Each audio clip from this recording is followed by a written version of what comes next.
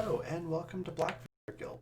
Before we go in and say hi to the cast and get started with the show, I wanted to talk very briefly about viewer actions and a little bit about sponsors. So first off, there's a number of ways that you can actually actively participate in the show through viewer actions. One of the easiest ways to do so is through retweeting the game tweet. You should see that somewhere in chat if it's not in there already. But you just click on that link and hit retweet, and for every 5 retweets that we get on that, it will add a bonus to the cast pool and the game master pool. Now, in most cases, that's going to be an extra d6 that they can add on to any roll.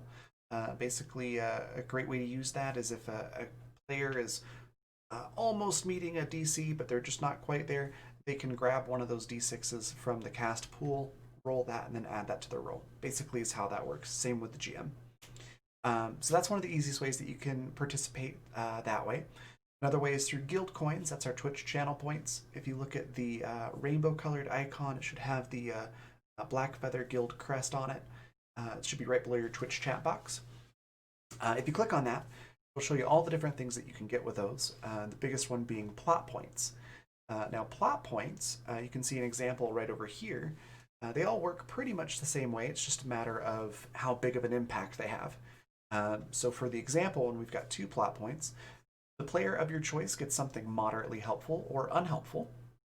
Enter any suggestions for the GM into chat, or you can have the GM come up with something entirely on their own.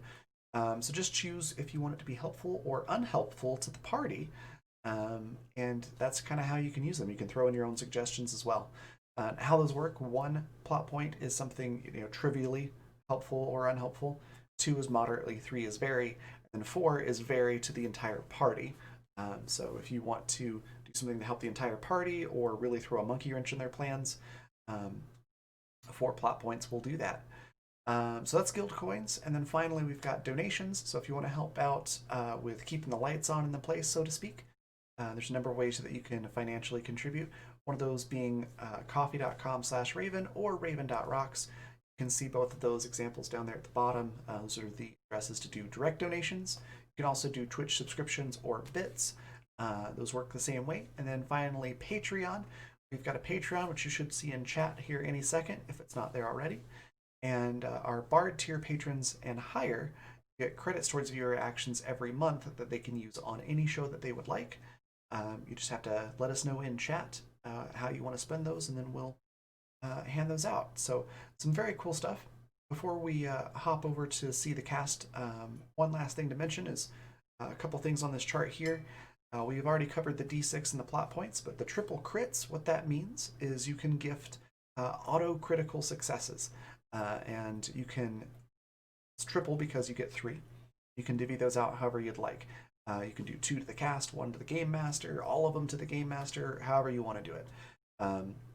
So they work much like the D6s. The cast members just grab that when they're available and they really need them and use them. So it's pretty cool. And then finally, the last one, introduce an ally or enemy NPC. Just give us a brief description of what you want this character to look like, kind of their character concept and a name, and let us know if you want it to be an enemy or an ally to the party, and the GM will basically take that and run with it. So really cool ways that you can participate. Lastly, I just want to take a quick moment to mention our sponsors. If you look at the logos down below, that's who's sponsoring this episode, and we'll talk a little bit about that before we introduce everybody as well on the next scene. So yeah, check all this stuff out, and thank them for supporting us, and thank you for being here and watching. Let's go say hi to the cast.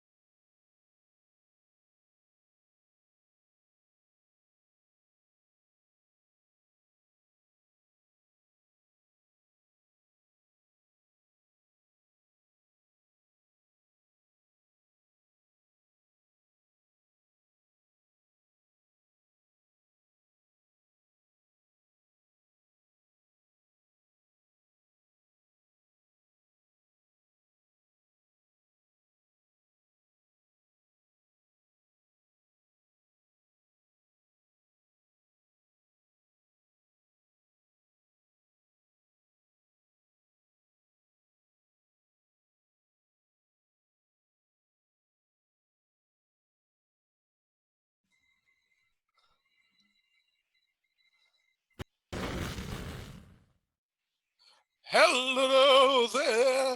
I can see you from the other side. Welcome to Flashmaker's Folly, where we have a Jordan this week. Yay! Uh, and I believe we are sponsored by both Fundamental RPG and Coffee.co, which if you put in a code for Raven, RAVVN, and at checkout you'll get a 15% off, I believe. I did the thing from memory this time. Huzzah! Thank you all. Ah, so proud I finally got that memorized. Okay. Anyway, as we go around, we'll start with our wonderful Jordan who's returned, and we'll go around. Hi, I'm Jordan, aka Sassy with Sander, and today I'm playing Gert, the feisty, semi-aged. She likes to consider herself like a fine cheese or wine. It's a good kind of aged. Um, yeah. Thank you very much. Next, we have the boisterous barbarian, Jen. Hey, I'm Par. I'll be playing Jin, your resident skull crusher and general muscle for the group. Earth Genasi Barbarian, Totem Barb. Hello. Thank you very much. Next, we go for our wonderful wild sorcerer, Otto.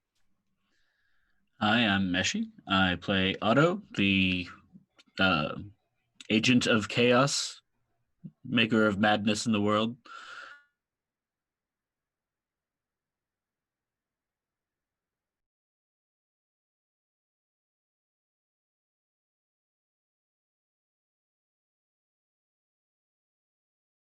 Is.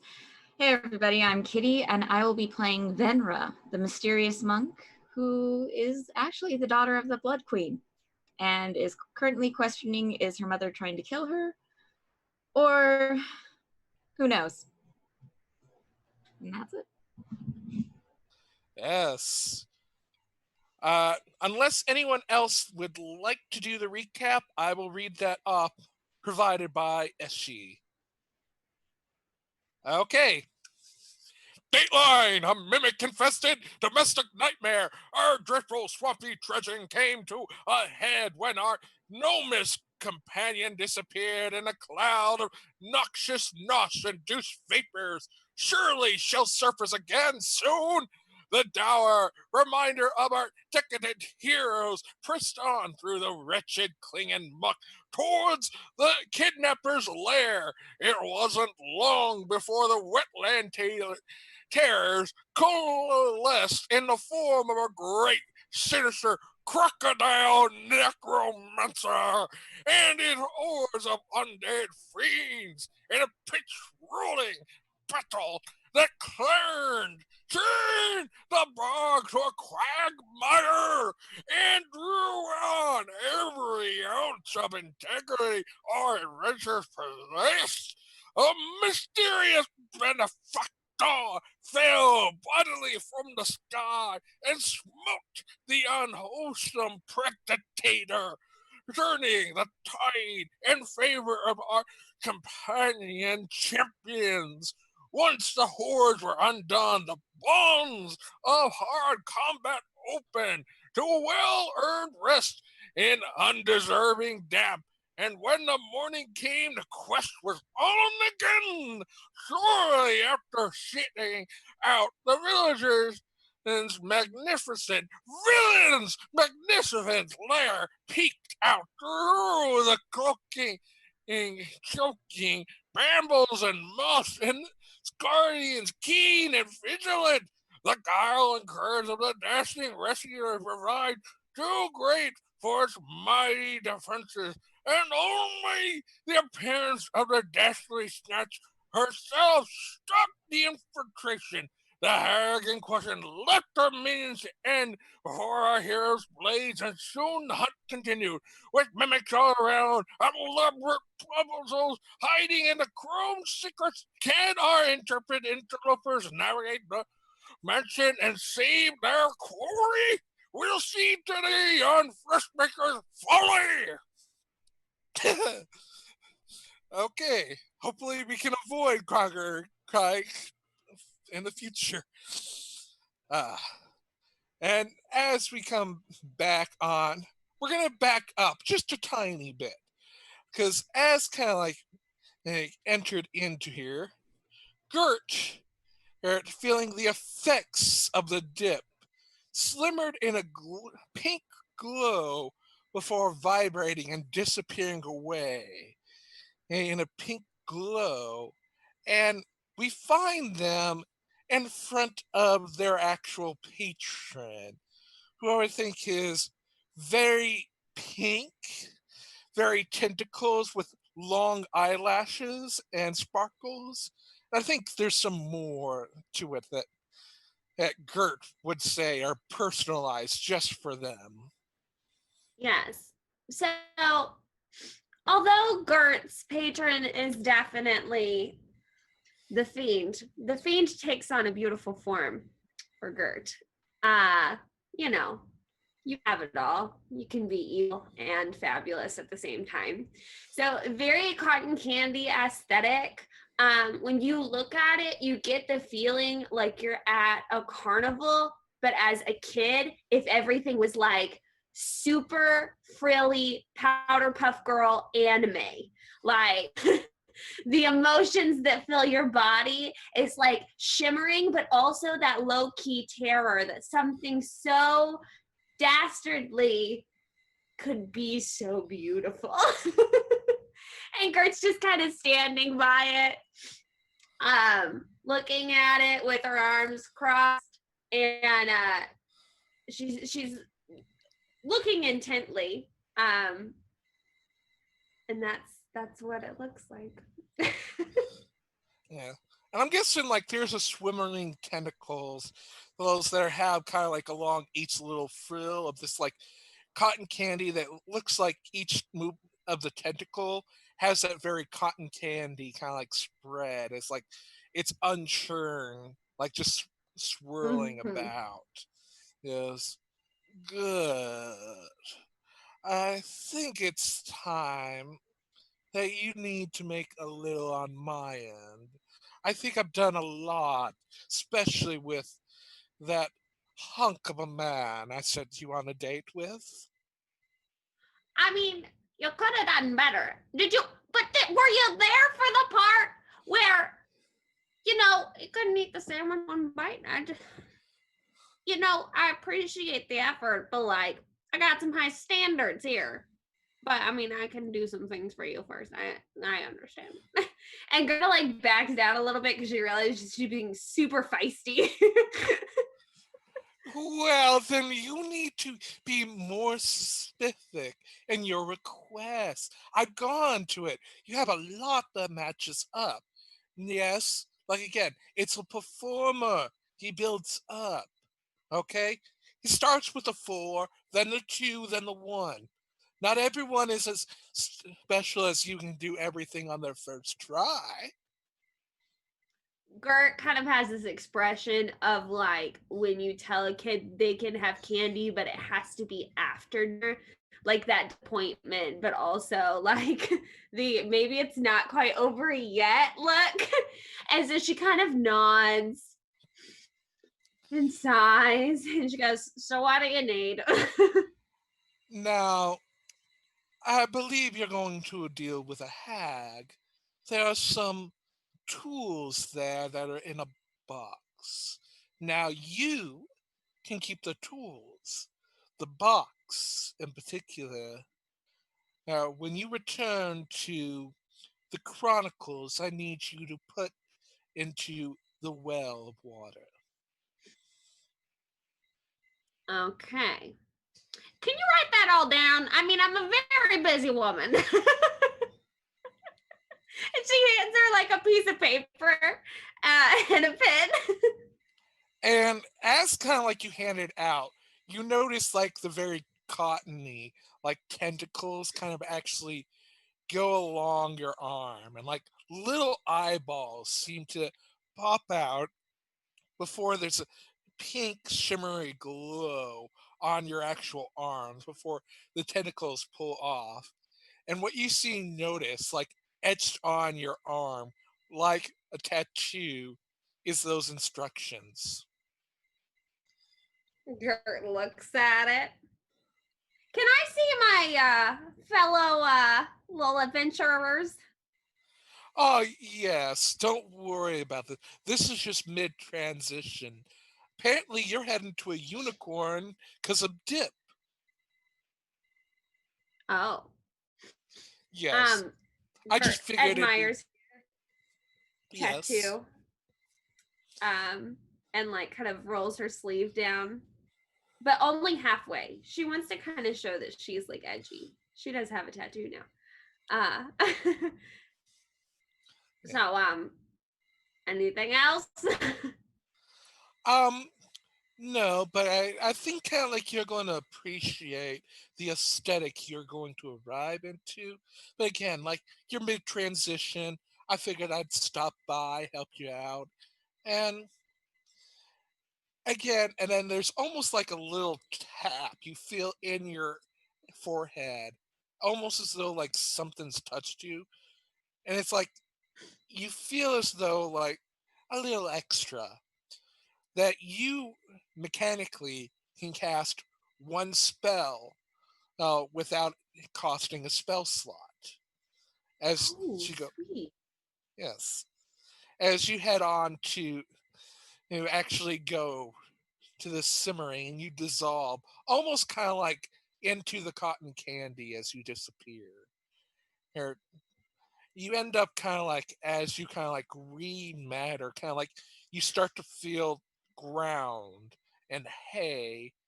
You seem to be kind of like in almost in a workshop. Like there's lots of little places wooden in. It's locked as much as you can tell. There's locks keeping you in, and lots of hay, lots of grain, and there stands a humanoid that is half human, half unicorn. What do they look like? Well, they are about twice the size of Gert, because she is small. And as she looks up upon this majestic being, who is half human, half unicorn, it's this like light, soft blue, and the tail is almost silvery white. It gives off this glowing impression of almost like it looks like it sparkles, but it doesn't look like it's like actual sparkles. It's almost like if you were to look at a water fountain with like light glinting off of it, that's what the hair looks like. And have the humanoid part of them has the same colored hair, but it's like knotted into like a mohawk almost. And then of course they have like their little horn, which is beautifully iridescent, is almost translucent, but not. I guess is it opalescent? It's opalescent. That's the word I'm looking for. And they have like within like their blue body, they have like almost where the hair is cut a little bit shorter and like swirl marks all the way across. Almost and Gert like is just standing there.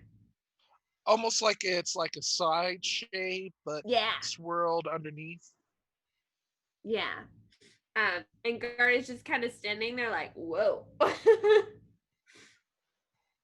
And as like you speak, you kind of like hear like almost a little saxophone or a little bass as they go, "Hey."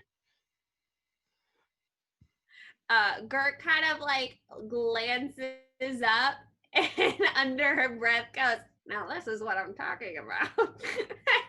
And she like hobbles over and goes, name's Gert. How are you?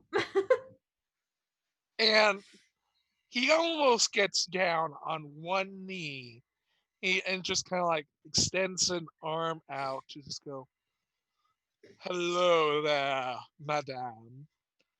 Oh, just kind of like in every word, like you see here, almost like a saxophone or slow bass of like just going off with every time they seem to speak.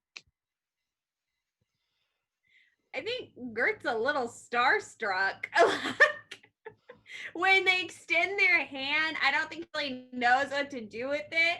And so she like tries to grab it to shake it, but it doesn't really work. And so instead she just kind of like tosses her really long, curly, gray, wiry hair behind her shoulder. And she's like, so nice place you got here. And she starts looking around the like workshop thing. Uh, Make a perception roll. Okay. Ooh, gotta pull it up. Sorry.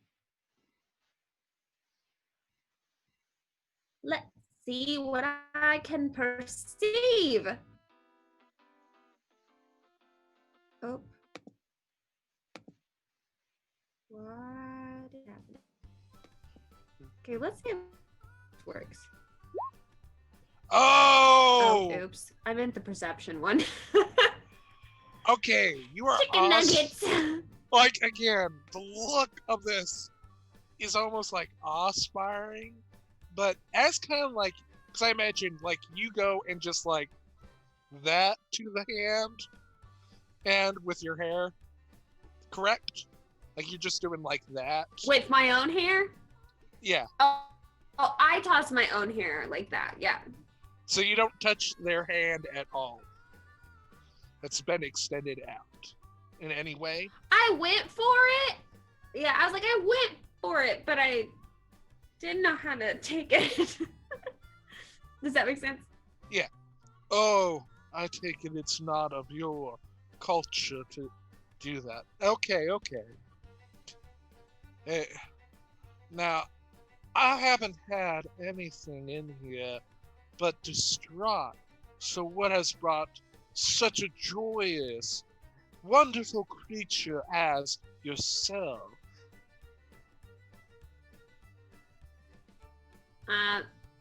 Well, somebody didn't give me my full ride home. And she yells up at the ceiling.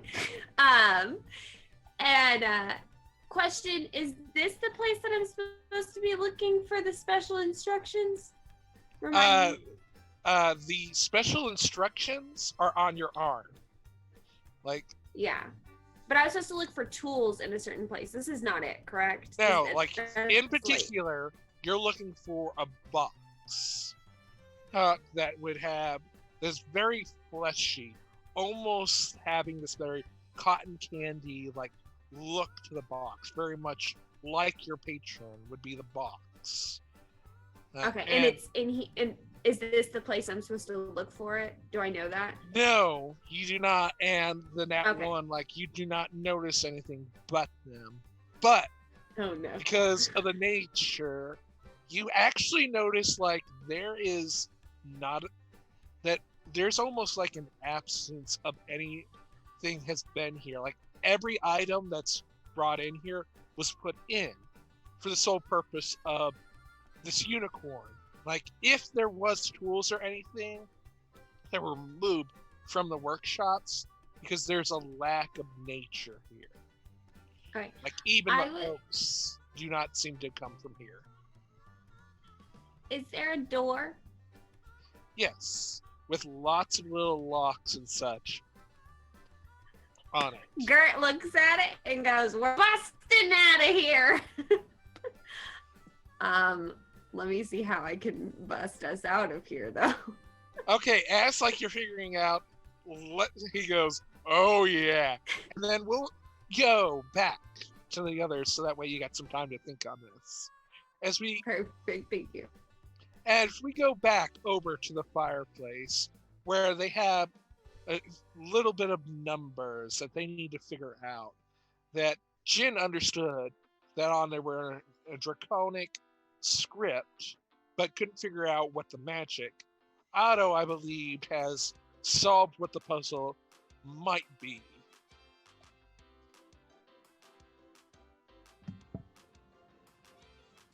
I've worked out what the symbols mean.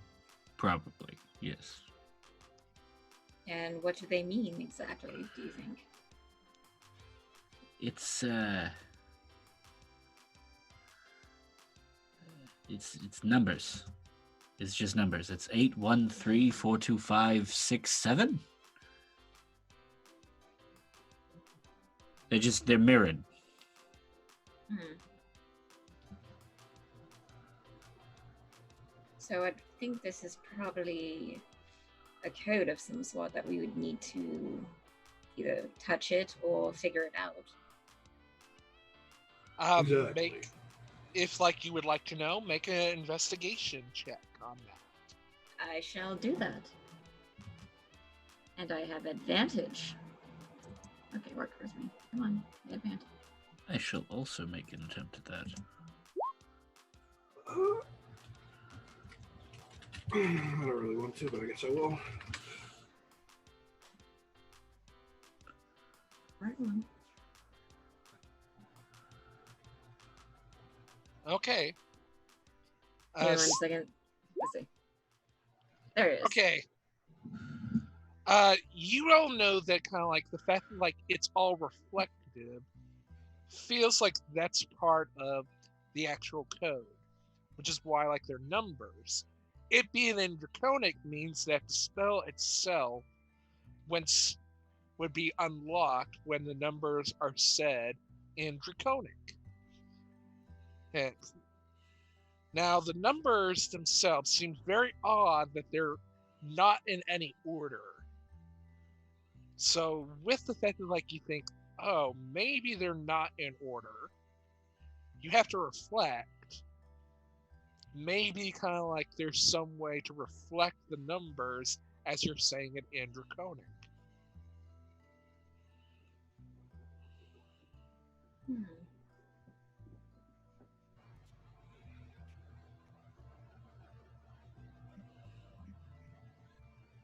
So you notice that, again, there's an 8, 1, 3, 4, 2, 5, 6, and a 7. So in some order, they probably reflect.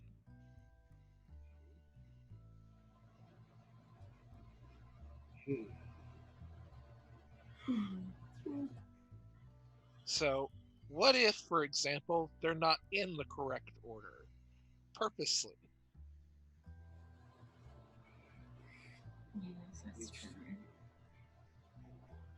So maybe saying them in the correct order that is reflected, you will unlock this dog that's chained up and maybe what might be behind the fireplace. I mean, Needs to be said in Draconic? Yes. mhm. So Jin would be the one that actually says it, but the rest of you would figure it out together. Hmm. Let's see here. Okay. I mean,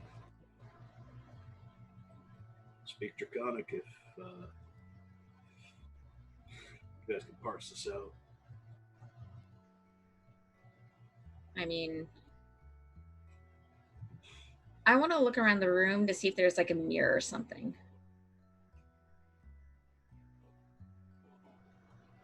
Part of your investigation, yes. You notice right above the actual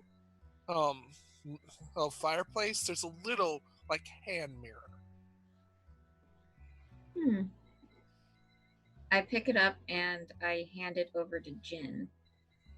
Do you think you can possibly say the numbers in proper order while looking at the mirror in Draconic? Sure, I'll attempt it. Why not? Makes sense to me. So I guess I'll hold this mirror up and not really sure how to indicate that I'm saying it in Draconic, but We'll just say that you say it in Draconic. so speak in Draconic, the old Draco language.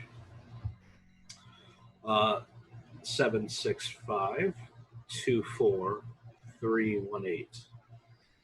And as you notice, the dog itself seems to be free. And it starts like blinking around everyone, just licking their face. First starting with Jin, then NC, and then with our mysterious monk. For anyone who does not want to get licked, I need a dexterity roll to avoid the licking. You know I'm gonna do it. Nope. It's Dex save. Yes, if you want to avoid getting licked by this dog. Cool. I am probably on the ground. Do I get to use my danger sense? Yes, you are able to use your danger sense to avoid being licked by the dog. Okay, everyone just notices and gets out of the way except the mysterious monk, who does not notice as the dog just kind of blinks behind them, putting you on the ground and just completely just licking you. And I need a Constitution saving throw. Okay, you take one emotional damage of being licked, and you are drenched in slobber. With one emotional damage. And this is why I'm a cat person. Right, well.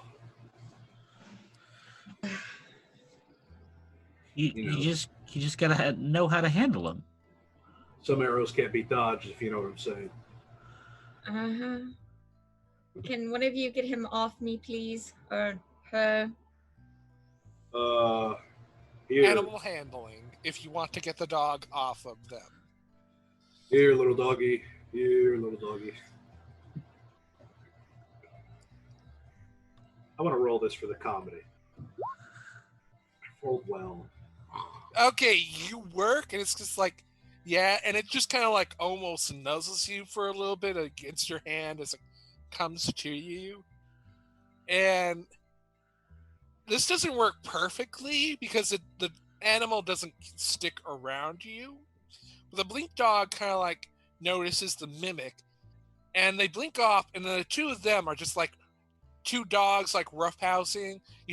But you see this mimic that looks like a giant chair, trying to just roughhouse with this blink dog as they're just in the background as the actual fireplace itself opens up a bit.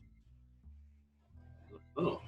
Oh, that's interesting. As I wipe off the dog slobber, I'm like, oh god, this sucks. All right, Otto, stick your head in there. I try to open up a little bit more. Okay, so you guys don't do anything with the dog or the mimic. You all just try to go into the fireplace. I let them have their playtime. They seem to be taking care of each other just fine. Okay. As you all enter in, the fireplace actually closes behind it. All of you. And there seems to be kind of a little hallway with, as you're moving forward, torches kind of lit up. All with kind of this very Jin, did you try to bite the torches? What's happening? Oh. I don't know. No, I was looking up I was looking up the blink dog, and it just sent you 2 attacks. Okay, so it's okay. So you non-canon. Okay, sorry, it just confused me. Why the heck are you trying to bite the torches? I don't think that's a good idea. But okay, as you're moving along, like you notice kind of like there is just like a three-way. Like as you come to like a divide in the road, as these lit lights along the long hallway lit up, and you notice kind of like there's three directions you all could go. One west, one north, one east. And while you guys think on that, let's go back over to Gert. See how they're going to burst out. And maybe that might give you guys the clue.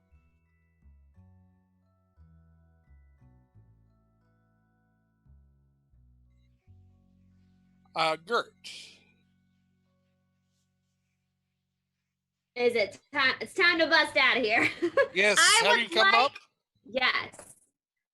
I would like to Eldritch Blast the locks. Okay. Can I do that? Yes, make an attack roll on the locks. They Let's have an see. AC of if- 10. Okay, why See. is this?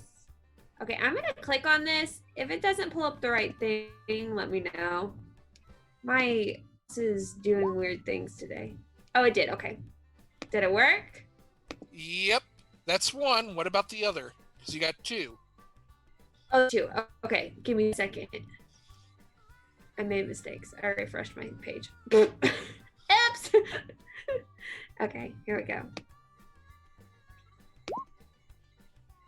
Okay, both of those hit and crack it open, and the unicorn saying, "Oh yeah, stand back," and you see him getting ready to charge at the door after it. What would you like to do? I would like to, before they get the chance to charge it, I'm gonna run there and kick it open with my little foot. I did all the hard work. This is my time to shine. Okay, I need an arm-to-arm attack on the door. AC 10. Let's see, can your feet beat an AC of 10? I don't actually know, but we're about to find out. No! No, You do I could not. Like, you are just kind of like kicking at the door, and as it gets to ram, it kind of like swoops you up with their horn. So you are just kind of like as they run, their horn gets, picks you up, and then you land right on his shoulders as it runs out. I needed to make it known that while I was kicking the door, I was yelling out in frustration, like, ah! Little old Gert yelling in frustration, and that yell turned into like a huzzah as she was hoisted up onto the shoulders. So like this imagery is just this half human, half horse with an old small lady on the shoulders screaming like, onward! Yes. And as you guys seem to burst out, from the east side, the rest of you hear a large, almost explosion of wood. Ed. An enemy. A possible friend? A friend in this house? We've literally encountered nothing but enemies. We I don't know where mean- Gert is. So, probably an enemy. But maybe also Gert. And who is this Gert you speak of? That's kind of hard to explain, actually. A fellow agent of chaos. Hard to explain for me. Gert's good at making the news, you know? Okay. If Yes, I'm missing, making it could the be them then. news. Shall we Making go in and a- investigate? An active participant in making the news. Okay. You go a bit, and as you go down the hall a bit, out of the darkness, you see something charging at you with blinding, glistening light coming your direction. And you hear a loud Gert of just, Hansa! Moving forward. What would you guys like to do? We should get out of the way of that. Getting out of the way. Getting out of the way, yeah. And as you guys get out of the way, hey, Gert in the half unicorn runs straight past you, going towards the west direction. What would you guys like to do? We found Gert at least. Gert, pull the brakes. It's a So that's horse. good. Okay, I have a question. Do I see my friends, or am I preoccupied? I will go with a perception and check on that, or anything else, because how can you see them as you are charging forward? So, Also, I think I'm still the snake person. yes, you are. Yeah. Which is why kind of like it may have been a reason why when the hag was talking about minions, they may have referred to you. Okay, scroll the 19 on perception. So I guess even in my old Yes. age, I'm fairly perceptive. Yes, it is that kind of like anime scene of like you both look at each other, everything's in slow-mo as you see each other, and you're able to respond. I realized I really jumped the gun here because I never got this unicorn's name. So Gert like taps him on the forehead. He's like, hey, I don't remember your name, but you are very attractive. Also, can we turn, please? I think my friends are back there. I know this is moving fast and all, but you know, gotta reconnect.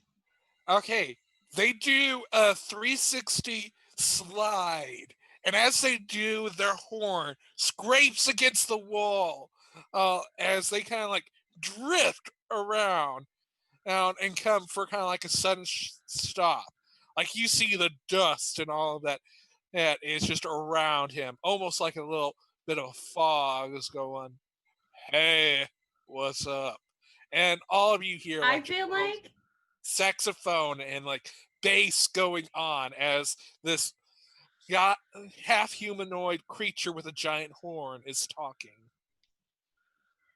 I feel like the half unicorn guy is very majestic, and then you see Gert on his shoulders, and her hair is just every direction possible, as like the turnaround has totally like encapsulated her face inside this hive like gray curly hair, and she's like trying to get it all situated. So, Oh. Hmm? She always did make an entrance. As soon as Otto gets a full view of this unicorn person, they're going to like reflexively shift into that form. As not even fully noticing it until it's like, oh, yeah, pretty, okay. Okay, when you say pretty, there is small little saxophone and bass coming out with every word.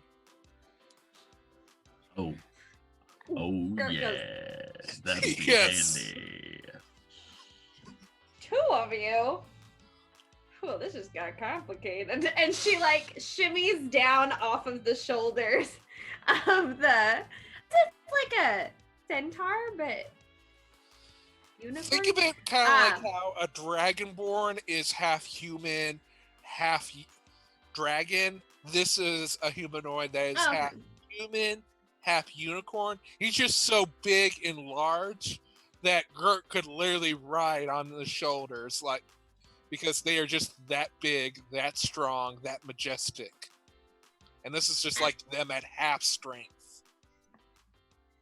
Gert like shimmies all the way down to the ground. She like cracks her knuckles and goes, okay, what did I miss?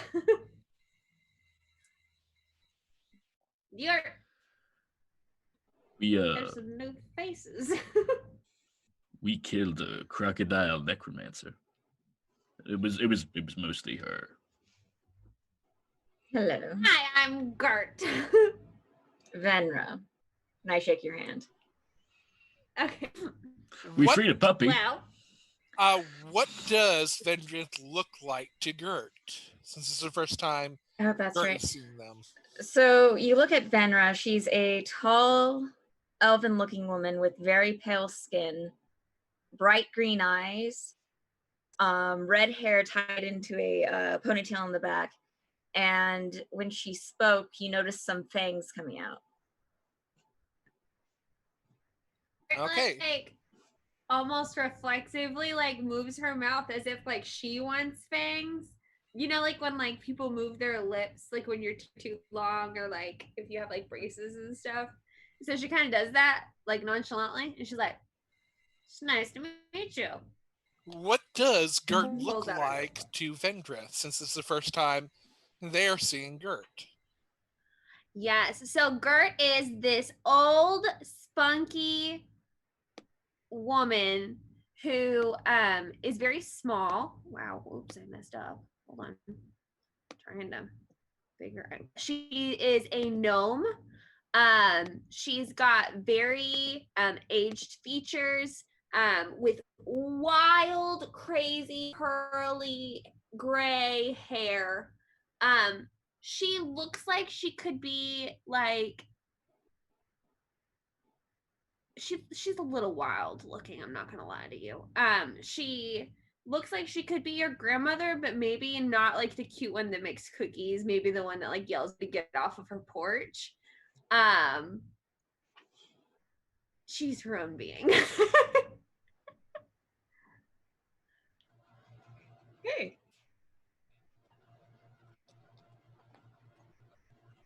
So Venra just like kind of gives you a once over and goes, interesting. All right, so where are we going? Out now. We were looking for him, but also you. Oh, well, that I do like to be found. And Otto prestidigitations a vial full of kerosene and dumps it on the floor. He's having a phase. He's in the middle of the phase. Don't worry about it. I am not comfortable. In a phase. I'm not comfortable with the continued existence of this building. I second this. Maybe we should like exit before you like blow it up or anything. I mean, I'm always down for a good running scene. This wasn't the only one. There's more. We'll light it on the way out. Oh, were we decorating? All right. And Gert like starts looking at the walls, and is there like a picture on the wall or anything? No, like this is almost like a corridor. Like there is very kind of like nondescript. Like there looks like there's torches, but they don't hold any actual flame. They only just hold like a little bit of light, almost like an illumination spell is near you. And at this kind of like the unicorn goes, "Hey, only way out is through the hag. Hag's gonna keep us locked in, man. Nothing more we can do but get rid of her. Then we can get our way out." Are we talking about my best friend? And Gert like looks at everybody. Oh no, it's the other hag. There's another hag. The bad hag, the worst hag. Good hag, bad hag. Yep, seems legit. The one that took me away from my girlfriend. Yeah. Wait, you have a girlfriend? And Gert like looks up at this majestic being. Yes, but we have an open relationship. I can work with that. And Gert like kind of like sassily looks up to the sky. She assumes her patron just exists in a cloud above her head. But anyway, she like throws her hair off to the side and she's like, well, let's get going. And she like turns around and starts walking towards this giant humanoid. Okay, and since you guys are all seeming to follow the unicorn, and man, he starts walking to the cross section, and then you see him just like sniffing around at this cross section where you could go west or north. Now, as this guy is sniffing around, is there anything you'd like to do to help them out, or to go a different direction than they might choose?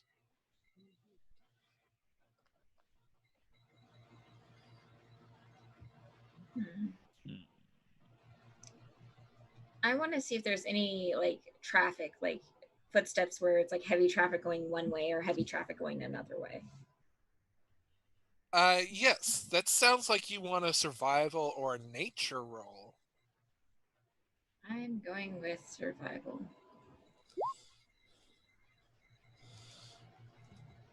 Okay. You do notice, in fact, the heavy trail that this unicorn man has made, along with their Tokyo drip that they made in the center of this cross section.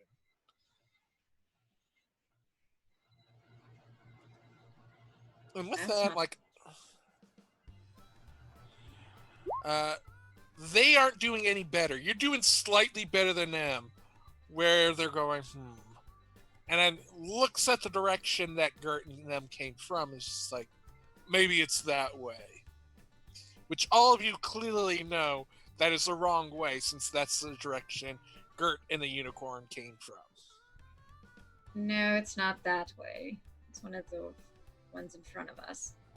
Do you guys have any ideas which way we should go?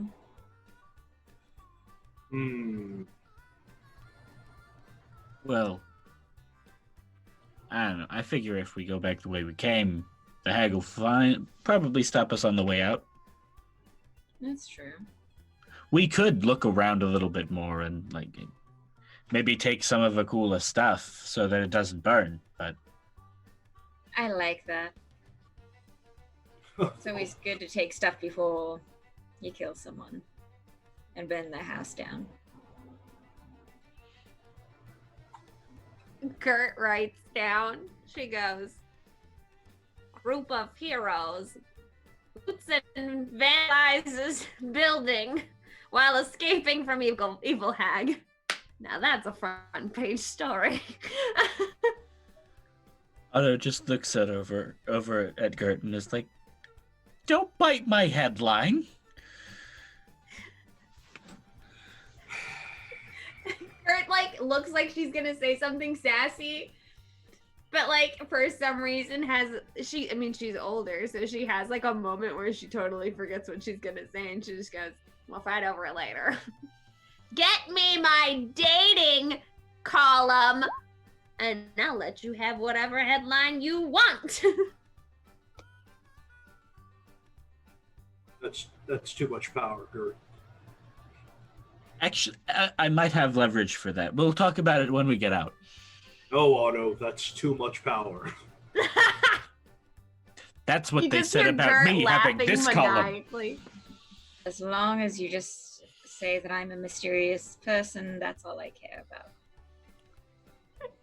Otto, that doesn't disprove what I said. That literally just proves what I said. You know what you need?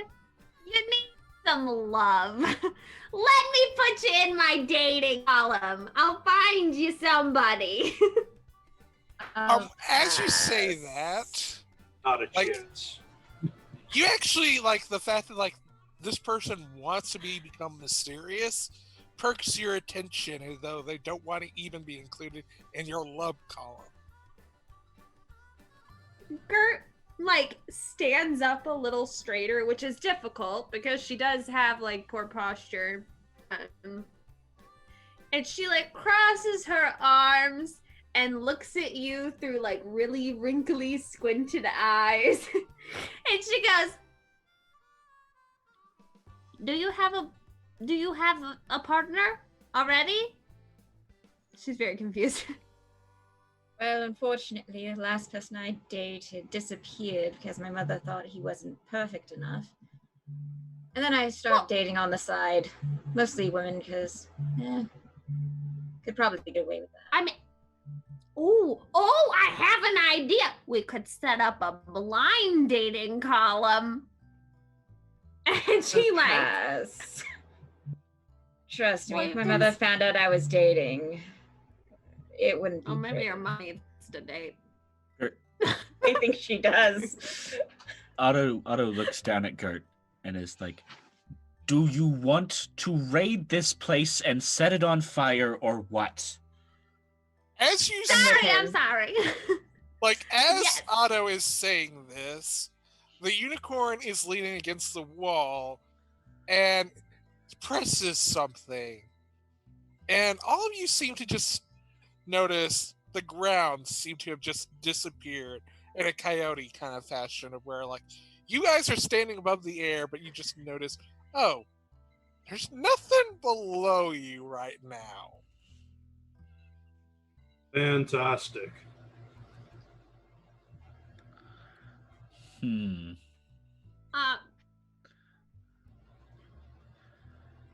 Is that supposed to happen? And at this point, you all start to fall. What would you like to do?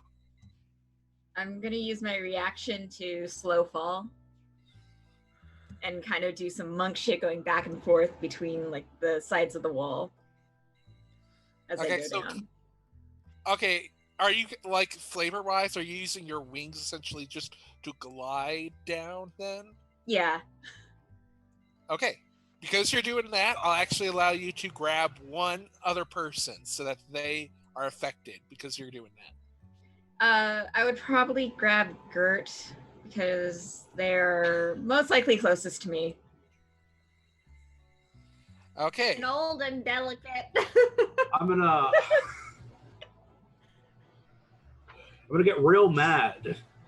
I'm gonna do that thing I do where I rage. Okay, so And you're then gonna rage. I'm trying to angle myself so I can cushion the unicorn's fall, because that's who we're here for. Okay, so that's the unicorn, and Jin, and Vendred, and Girth. For the moment, I have saved. What is Otto going to do to make sure they are safe? Otto doesn't have a lot of options for being safe on this one. I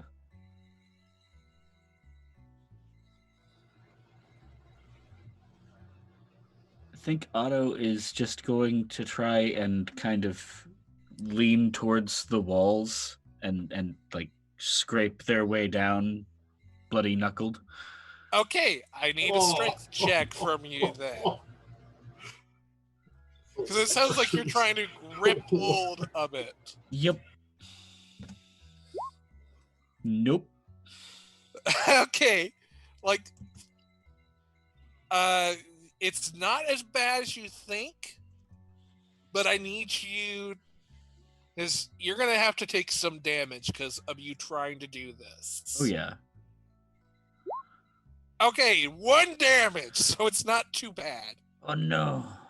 As you are just scraping along there, as the fall comes up, you all are starting to notice, like, there looks to be a workshop that you're about to fall into. Fortunately enough, like, there looks to be something to fall into, but not a whole lot. Almost as though, like, you're on the way to a secret workroom the witch had. What would you like to do before, like, you guys make impact? Is there anything you'd like to do or try to help guide or direct you? Brace myself. Literally nothing else I can do. Yeah, that sounds familiar. Okay. I just flap my wings and kind of angle us to have a safe, soft fall as best we can. Okay. It's like, well, this is nice. Thank you. I'm too old for this. Okay. So am I. So so how this is gonna go is Jin, you hit the ground first. You take 4 damage because that's half because of rage. Then as Unicorn lands on top of you, you take 4 damage. And then Otto lands on you for 2 damage. And then everyone else, I'm guessing, lands safely. Mm-hmm.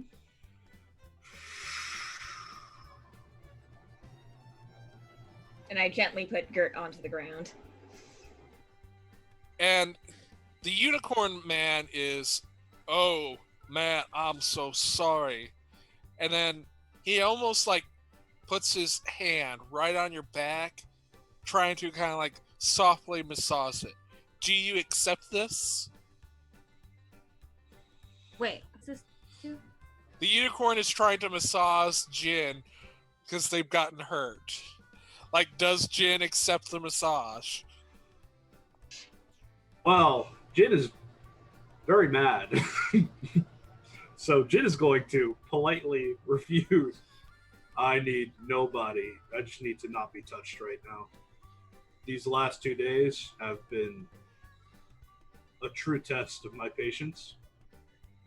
I'm going to stand over here for a second and just try to be chill. Just try to be chill. Don't touch me. Oh, okay, chill, man. And they kind of like wave their head around it as like almost a glow comes out of their unicorn and to kind of like hit on you to restore you for 8 health.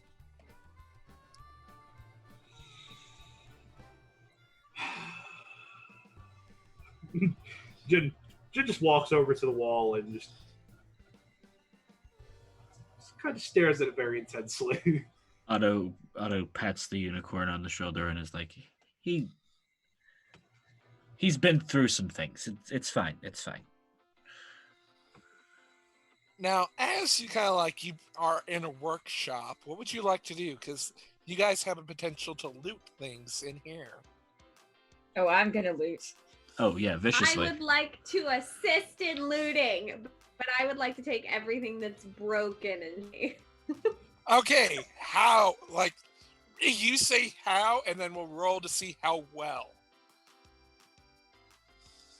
Huh. So, however you want to, we'll go at it. And as we'll see how you can to loot, because I know you could use survival, you could use investigation. But I feel that's a little too limiting. Let's open it up to whatever you feel like you think. Otto is gonna be looking for magical goods. Ooh. That sounds like you want to make an Arcana check to suss out anything that's magical to loot. Yes. And I will be using Tides of Chaos. Didn't you use it last time? Refreshed on that last wild magic. Yeah, I'm trying to remember when was the last wild magic then. End of the last session. Yeah, Where- it was during one of the fights. Oh, okay. My bad. Thank you. Okay, so that's a 19. Let's go around. What does everyone else do? Like, I Is it want to okay? see if I can find like the most her most prized possession in this place so I can use it against her later. So I Oh, want to use yeah. insight. yes. I also have advantage on my insight checks. Yes. Okay, with that 24, you actually notice. Oh wait, I should keep going around. Sorry, I'm skipping ahead. Jordan, I mean Gert. How would you like to loot? So as everybody is like running through things, I'm following behind them. And I'm not looking for anything in particular. I'm really just looking for things that interest me in general. They don't have to be like actual items, they can be broken pieces. She does like really shiny things. So she's not looking for anything in specifically. She's just like looking for what catches her eye. So she's gonna go ahead and do the generic investigation roll. Well, I don't even know what that would be. Yeah, like you want to Is investigate that to where? see if you find yourself. Like you can also argue insight. Okay. I'm also looking for a hairbrush. Throwing Okay. that out there. Yeah. Jin, how would you like? Are you involved in the looting at all? Jin is just keeping watch. Okay, so just a perception check from you. Or-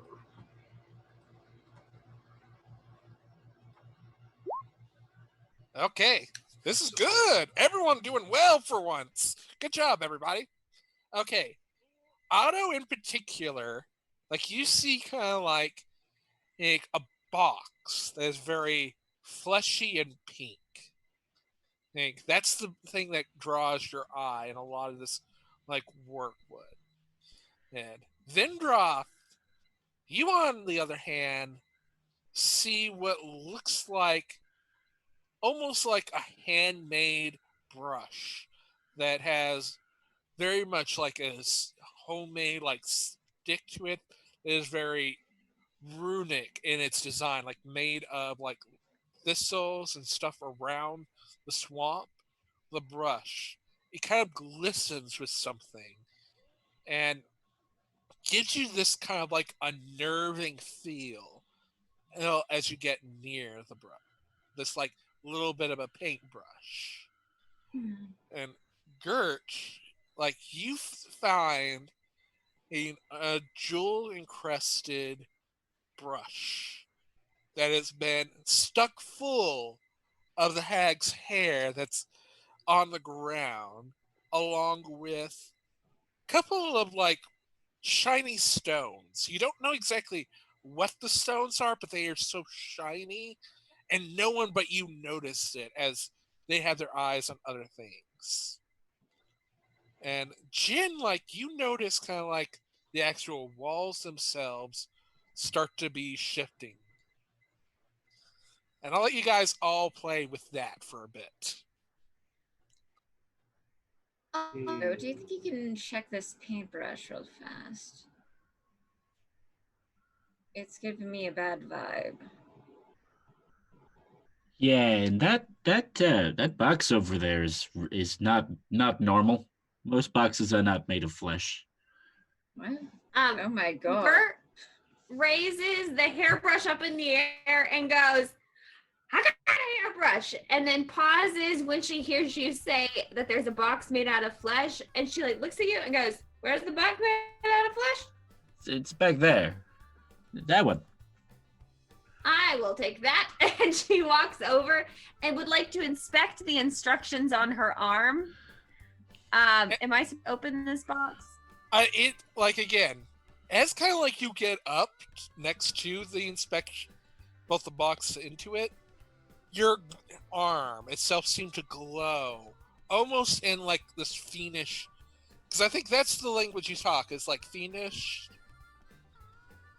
Yeah, I speak like common with everybody, but I can speak. I think it's fiendish or That's kind of like those Phoenix writings that were on your arm have this pink glow as they shimmer off your arm. The actual runes seem to actually pull off and start to flow, while a couple seem to be like you see your actual sweater. They're trying to get up, but they can't. And while those that can just line around the actual box. Okay. Do you do anything with your sweater arm with those that are trying to get out? I think I just kind of let things happen how they happen.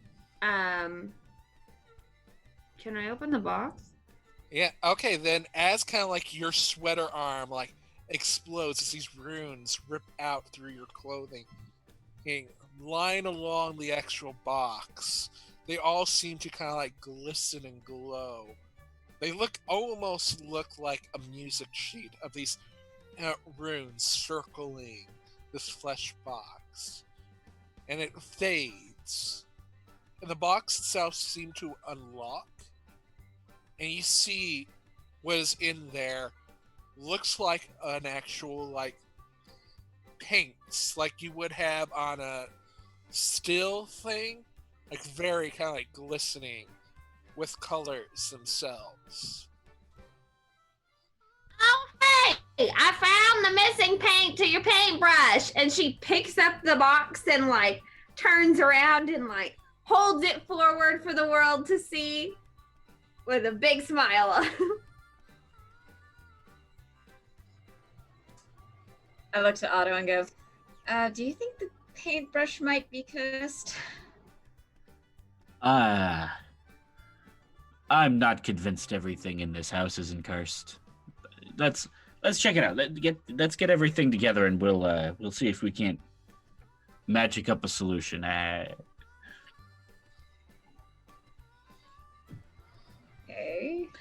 And then Otto is going to take the paintbrush, take it over to where Gert is, look in the box with the paints, and see if they can't find any trace of anything that would indicate a like obvious cursed situation.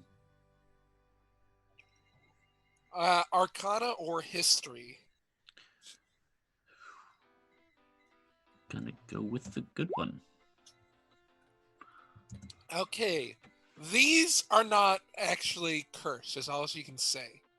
But what you notice in particular, because I believe, Gert, you grabbed the shiny stones, right?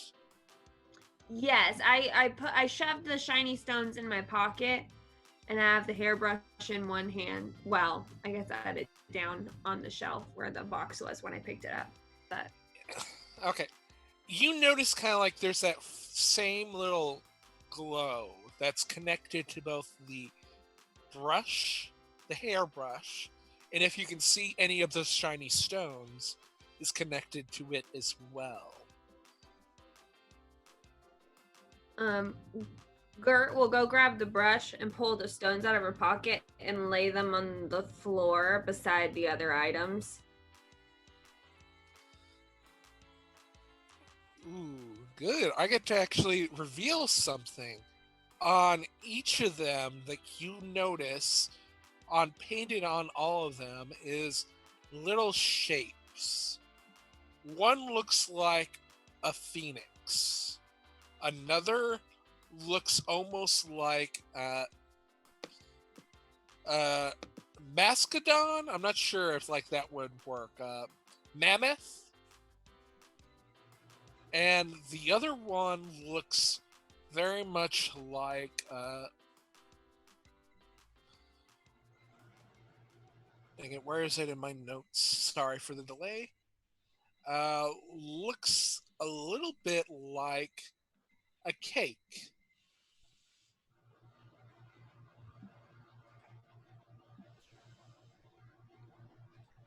Interesting.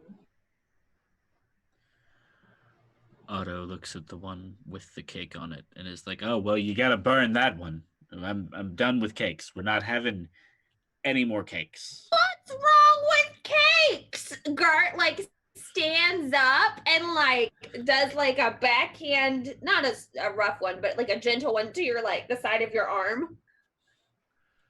You don't know. You don't know what it's like to be caked. A cake? At. For once, I agree with Otto. What It's evil. has It's all gotten evil. into you two? It's Demonic all evil. cakes is what got into us. Ooh. Wasn't fun. Not fun. Okay, so we'll cut the cake. What can I say? The cake was a lie. Just was. What about cupcakes? How do you feel about cupcakes? Does it have cake in the name? Like they're insidious spies in the Great Cake Conspiracy. See? He gets it. Well, at Cakes are least we can dangerous. still get sandwiches. Pound cake? Those are the hardened soldiers.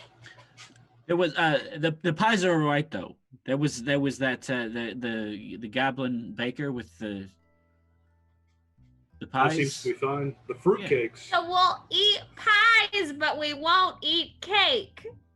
You know what they I you know what they don't. say? Never trust a fruitcake. Oh, the hard bits on the inside, they can they'll get you. They got the damage. They're vicious. So we burn the one with the cake on it. Yes, we do. I consent to you burning that one, Otto, immediately. Gert like grabs it really fast and like shoves it in her pocket. She's like, not right now. Don't trust the cake. As like they say this, and you grab the one with the cake, I need you to make a will save. Oh no. Is that a con save? Will. What kind of save is that? Sorry. Wisdom. Wisdom. Okay, I'm sorry. Perfect. Okay. You feel this urge to lick the stone and you go, nah, that would taste like butts, and just put them in your pocket. Oh, that's funny. You had a look on your face there for a minute. What's wrong with those rocks? Yeah. Just, get the urge to like lick something. Yes, but usually it means a spell has gone horribly wrong. It's a bad thing. It's a thing to be avoided. So what is going on with those rocks?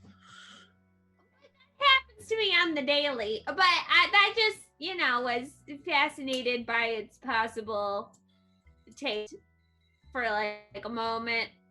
But I assumed it would probably taste like a rock, so no biggie. Do you want to lick it? And she pulls it out of her pocket, and like holds it out. Venera takes a step back and just shakes her head like, no. That's probably not for the best. Now, do you keep the one that's with the cake separate from the rest of the other rocks when you put it back in your pocket? Well, I put all the rocks on the ground. So yes, that's it's separated from everything else because I put my pocket because I don't want them to burn it. But it's a rock, like. How does one burn a rock? Otto? Thermite. Part of volcano. Those are always fun to throw things into. Yeah, we live in a magical universe. There's all kinds of options. Oh yes, very true. Now, right before, because I feel like this is a good place for us to go to break. Jin, that 20, like you noticed like the shifting of the walls.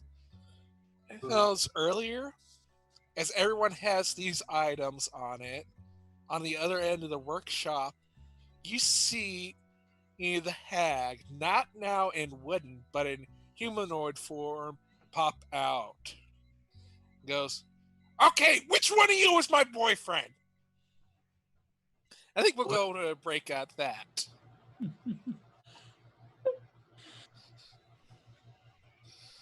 So take a break, have a bio break, go get a drink. We'll be back in a few.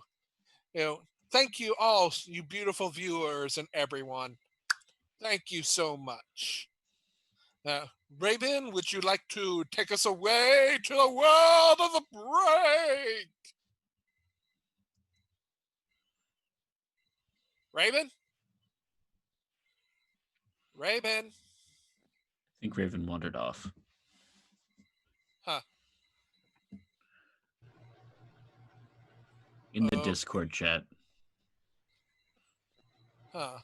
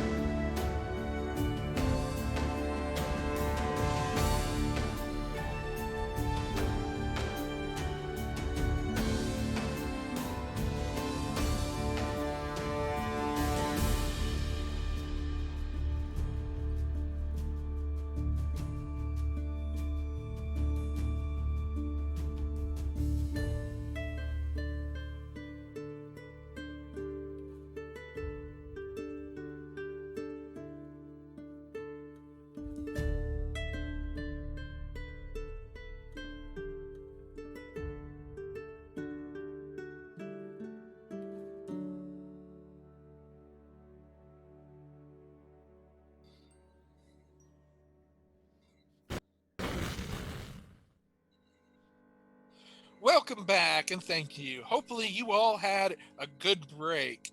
As we return, we have Hag in the room. We have two boyfriends and some other things.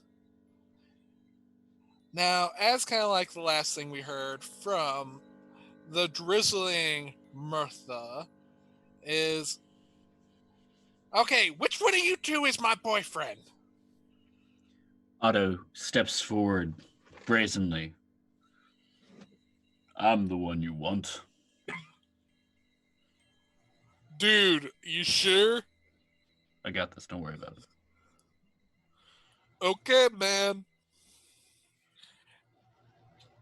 Okay, so since you're my boyfriend, and what am I gonna have to do for their marriage?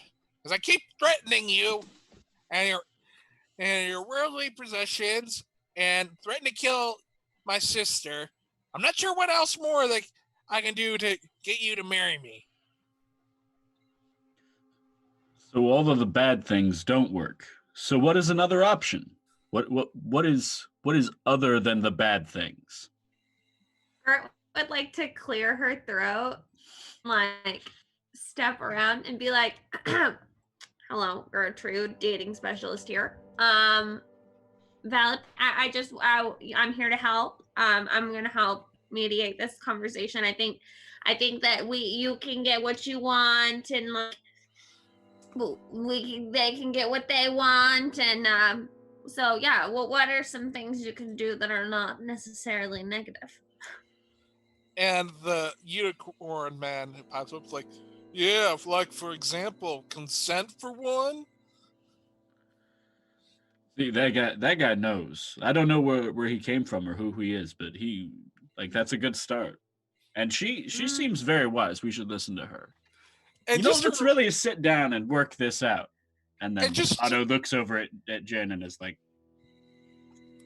and just as a reminder, both the unicorn and Otto, they have a low saxophone and bass coming with every time they're speaking.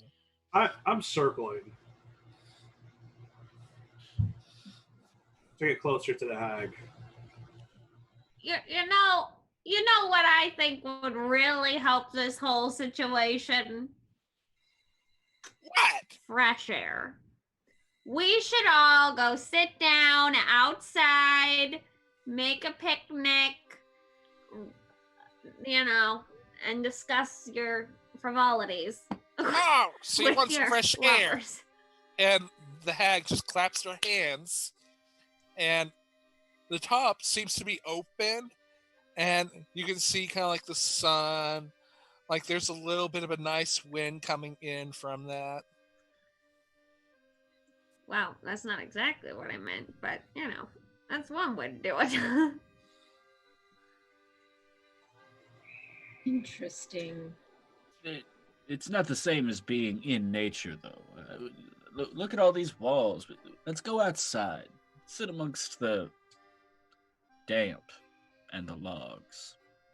Oh, you want some damp and logs.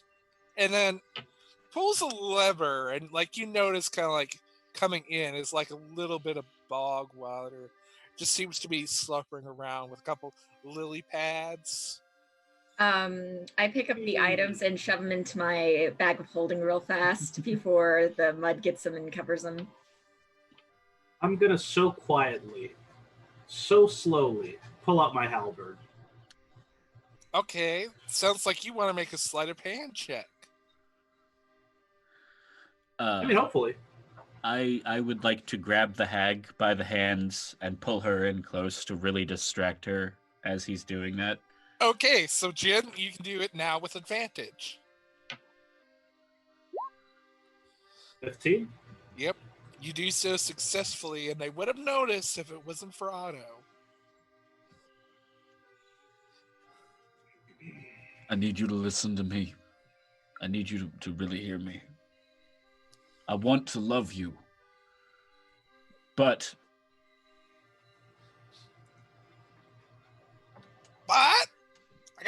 loads of butt here. And Otto starts sweating and looking around desperately at the rest of the group. I start to. It's almost like a cartoon where I'm holding the halberd, like I'm about to strike, but I'm looking at the group from behind the hag, like. And I step forward and go, you know, there's the old saying, if you love something, you would let it go. If it comes back, it's meant to be.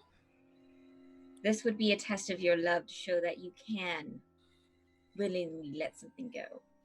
Yeah, that's what the legal agreement of marriage is for. Yeah, adages. That's definitely the answer here. We just have to look to folklore and sayings. If you love something, set it free. You love me, I love you. I'm gonna let you go, and you can let What? You can let me go, and then we'll come back to each other, and then it'll be real. Okay. I'm gonna give everyone like a chance, but to do something, and then after that, roll for initiative. I would like to make a persuasion check. Okay. At disadvantage.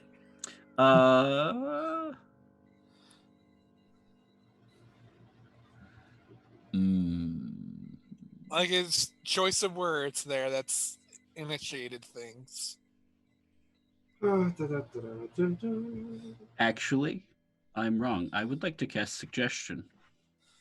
Okay. And I'll roll that 2d20. Oof. okay, so that was a 2 and an 18, correct? Yep. But Okay. the suggestion did go off, so she requires a will save. Yeah. And I will give you, like, you got something really good here. Before I tell about the save, you got resistance to non-magical damage. Oh, shit. That's Yeah, I'll take nice. that. Oh, That's pretty wild. Yeah. Awesome. Yeah. So this may not be too bad for you. It does get you prepared. 17. Oof. Yep, that'll beat. Okay, does anything else want to do? Anything more before we start? Roll for initiative. I would like Well. to. Sorry, go ahead. I mean, I'm gonna swing it. I'm gonna try to put her to sleep. So I'm letting everyone else get their stuff out before I just swing. I'm gonna attempt to put her to sleep. Okay. So you need to roll 5d8, I believe, correct? To see if like it is So. more than their hit points. Okay, and it's r/ again, right? Yes, R/. 5d8. No, /R. Oh, /R. I always get those confused. There we go. A 21 is not above their hit points. I tried. Now, I unfortunately have to ask this because I believe this goes off on whoever has the closest to 21 HP then? Good. I have 38. I have 10. Oh my god. And am holding the hag. Okay, so you fall asleep in the hag's arms. Oh no. Hey, Gert, I is there swing. anything you would like to do? Knowing that Jin is gonna whack her anyway, no. I don't have anything right now. So I'm just gonna let things happen as they happen. Okay, then I need a roll of initiative from everyone. Do I get my swing before that, or No, we're just figuring out the order first, and then you get to swing. Hold on. Okay. I'm in trouble. Initiative. My initiative will be crap. Apparently. Oh, mine too. I'm gonna volunteer for last because I fell asleep. I still just need to, so that way we can figure out the turn order. Just put me at 1. Okay. And let's see if the hag on theirs. 15. Ooh. Wow, only one person will go between their turn. Okay. Okay. So the order is first. Dang it, it's not doing the. So first, the Jin, your attack goes off. Ooh. 19. That will hit. I rolled real low, so it's only 5 damage. Hey, fun. Yeah. Okay. Then to the top of the round, we go with our mysterious monk. Okay, I'm going to backhand Otto to wake him up with my first attack. Are It's you like a light- sure? Let's see. Because Do they it. do regain hit points if they're asleep for the round. That's true. You know what? I'm going full monk on the hag. So uppercut to the face. That misses. Seeing it misses, I come back with an elbow. That hits. And then I will be using a key point to do Fury of Blows. So first, Misses. and then I'm going to headbutt her with the last. That misses. Oof. Now, Wow. hold on. I will give you if you're willing to spend a key point on the one that did hit, Mhm. I will allow for you to do stunning strike with that one if you're willing to spend an extra key point. Nah. I'm going to save my key points. Okay. It is the hag's turn. And seeing this go out, they are going to do Ray of Enfeeblement on you. Dang it. Why is that not coming up? Dang it. Right in the I field. believe that is DC of 14 Constitution to avoid being hit by it. Now, why won't you come up? Okay, I rolled a 12.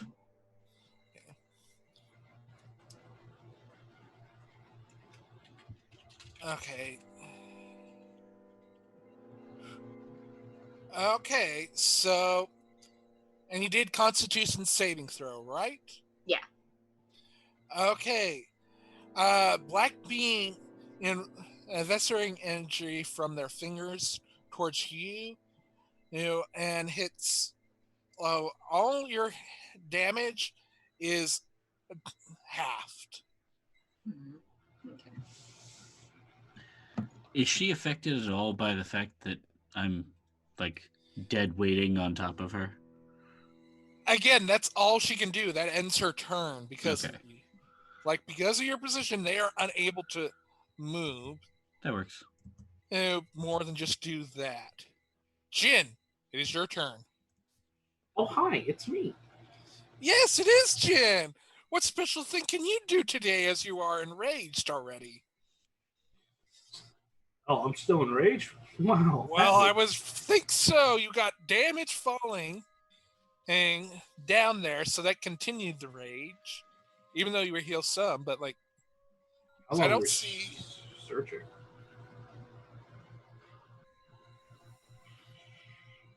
Because we were searching for more than a minute, then I'm out of rage. I'm gonna go with just you still got rage. Because All right.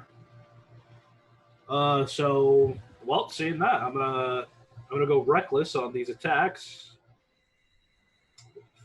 and I'm gonna swing the halberd.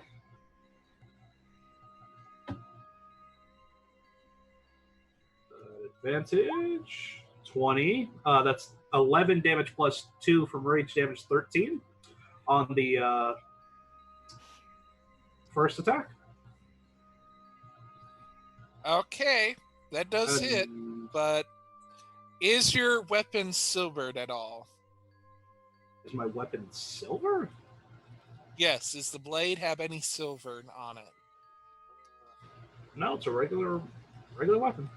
Okay, so that damage is half. All right. So that would be 7 damage. All right. I'm still gonna swing with my the back end of my staff.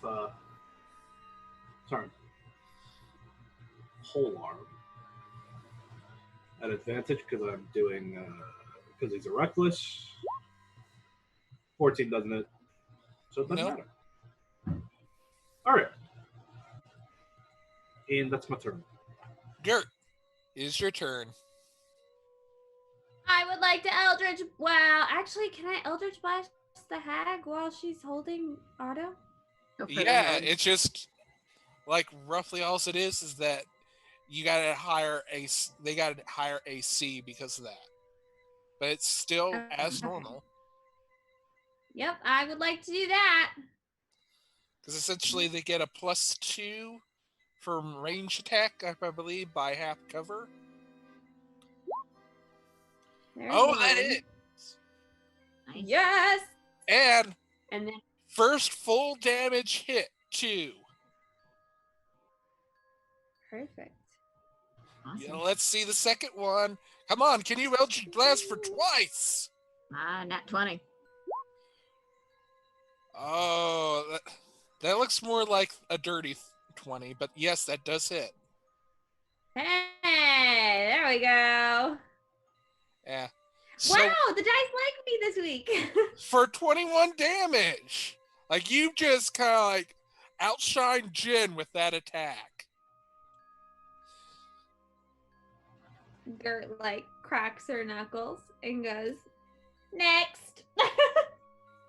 Otto, I believe you regain 1d8, I believe. Is that correct? Or is it 2d8 that Otto regains health with the sleep being cast on them?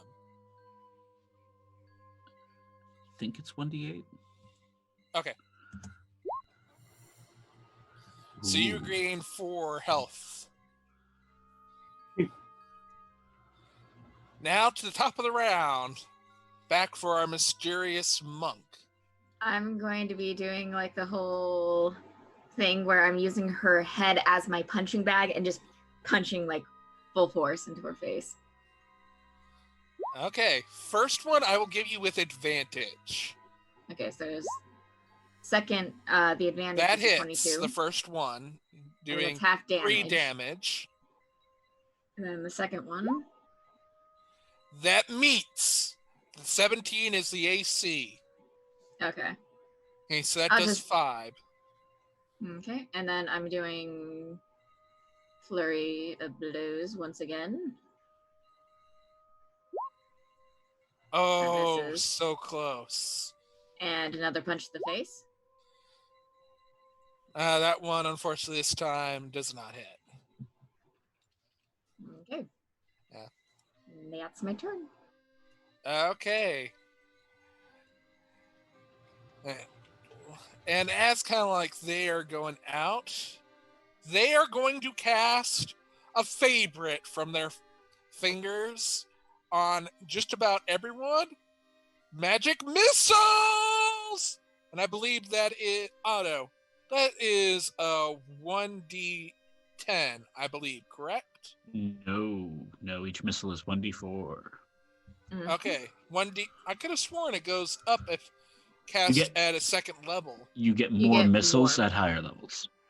Oh, okay. I missed. Okay. So that would be on the group 3. Oh. So that is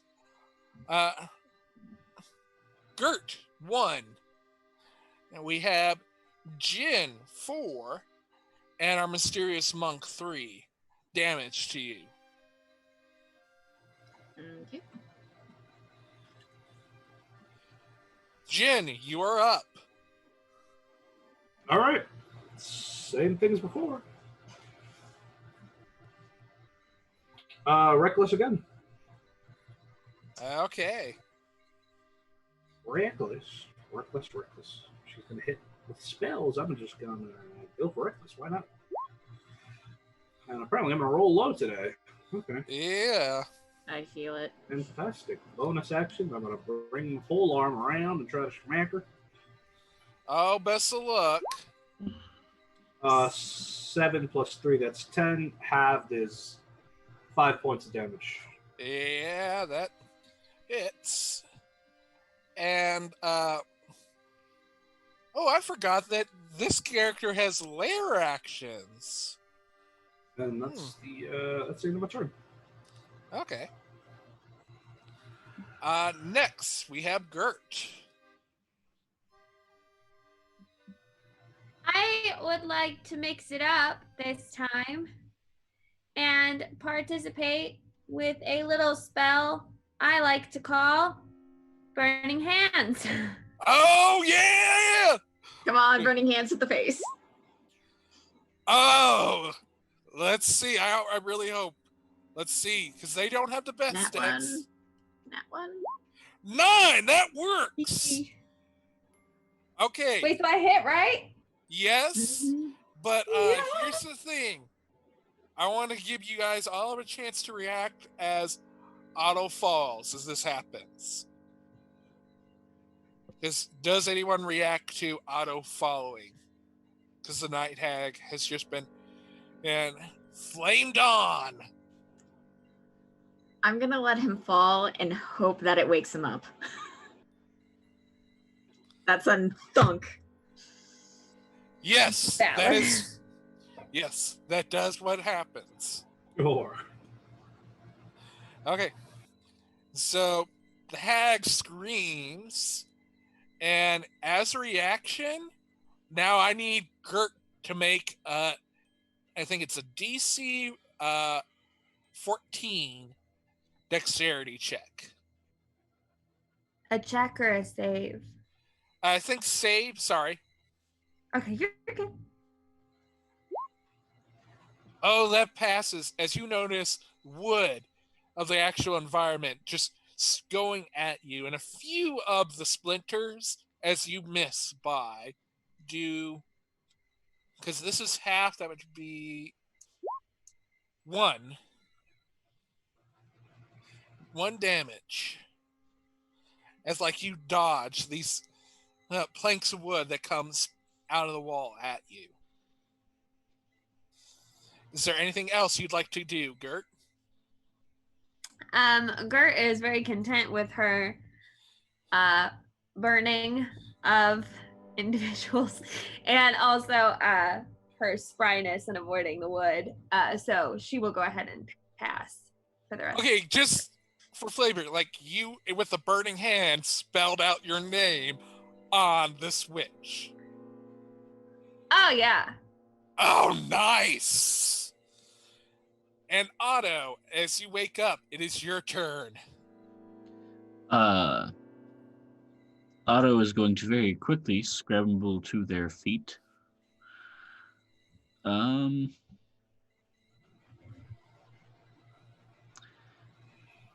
going to use we're in a workshop? What kind of workshop? There's lots of wood. There's little bits of tools and such. Like, think of it kind of like an old-timey workshop. Like, there's lots, not to the point of like armory, but like more like a crafts maker. Huh. Okay. I am going to cast Minor Illusion on the nearest pile of sawdust to make it look like a pail of water. and then direct the hag towards it. Okay, how are you directing the hag at this? My dearest, a quench. Oh, okay. That's gonna be good. Her turn. Okay. Anything more this round? Mostly trying to distance myself from the hag further.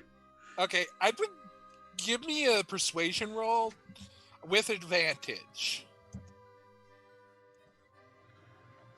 Because the minor illusion makes that with advantage for your persuasion check. Okay, that does work completely and believes that is a pail of water there. Now to our mysterious monk. I'm going to. She's on fire, isn't she? Yes.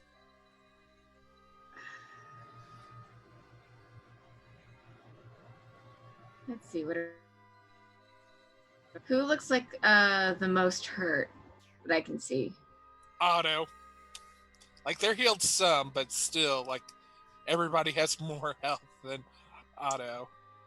I'm going to use my last potion of greater healing. Thank you very kindly. To heal him. How are you flavoring this in combat for them to get it? So I was right next to him, so I take it. He's now back up. I throw my arm over his shoulder, pull out the flask, flick it, and you just see this tar-like substance in this flask, and it has like little green chunks. And it's like, don't worry, it's a healing potion, and I give it to him elegantly. How do you elegantly shove a flask into their mouth? Basically, hold on, like this.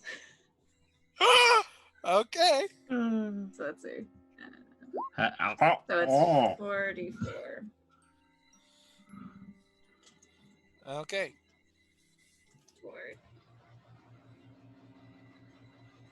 Is there anything more like you'd like to do with your turn? And then I get behind the why do I keep doing it wrong? I'll do it for you. Maybe the I got fact that the GM's doing it will give him advantage. Nope.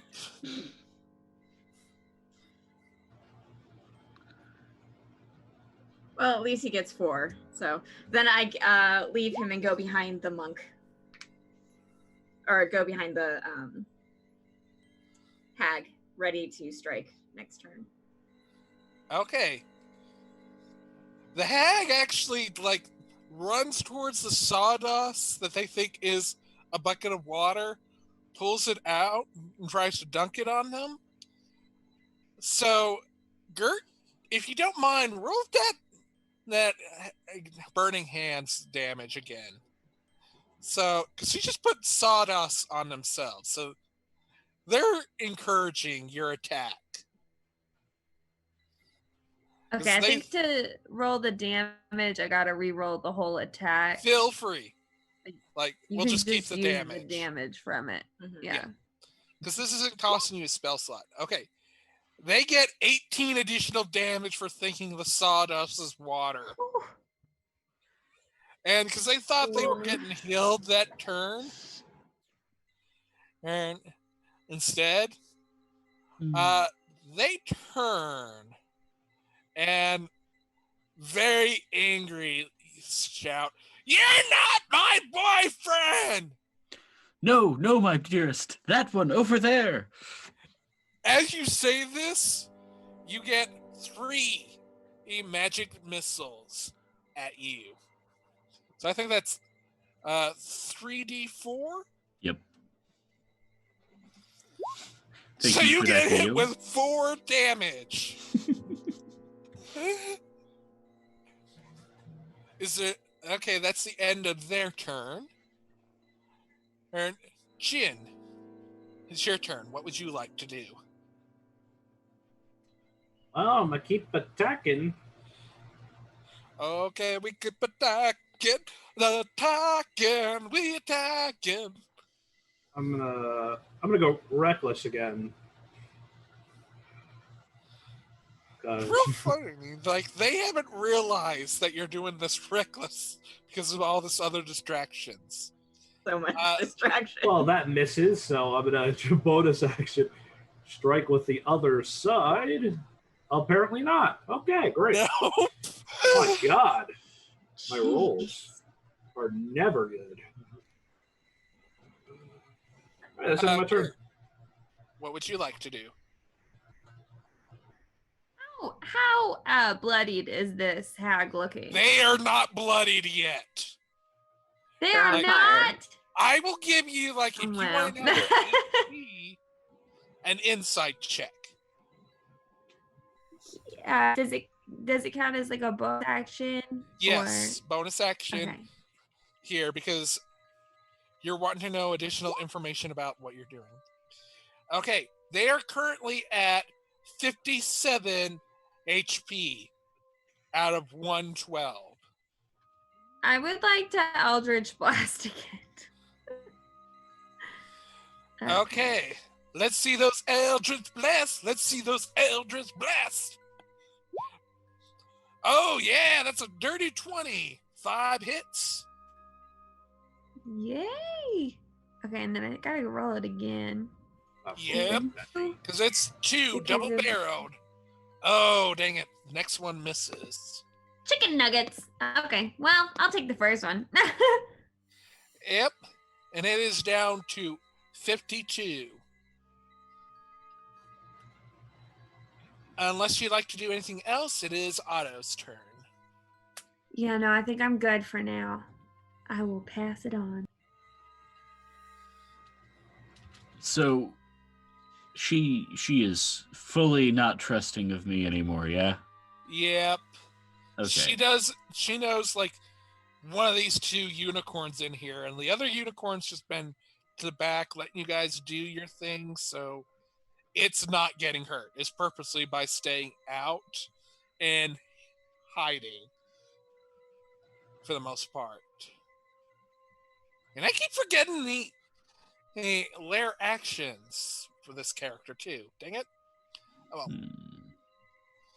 I'm just gonna argue, like, that's what's happening is the unicorn is stopping a lot of the lair actions in the background. That way it makes sense I keep forgetting them.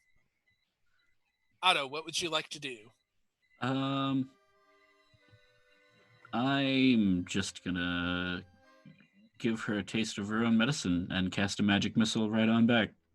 Oh yeah, let's get those wild magics here. Bam. Oh yeah! Does that work? I forget. Did we have 11 or not? This is my personal favorite. Please be like this. Get to pull it out. You know what? Go for it. Okay, you gain Sick Ray as first little spell slot, and when it is learned, so when it's cast on another person, they have sunglasses on their face. It dissolves and gives as the sunglasses disappear, they get 1d8 healing damage with an additional 1d8 for each additional spell slot above. Classy. All right.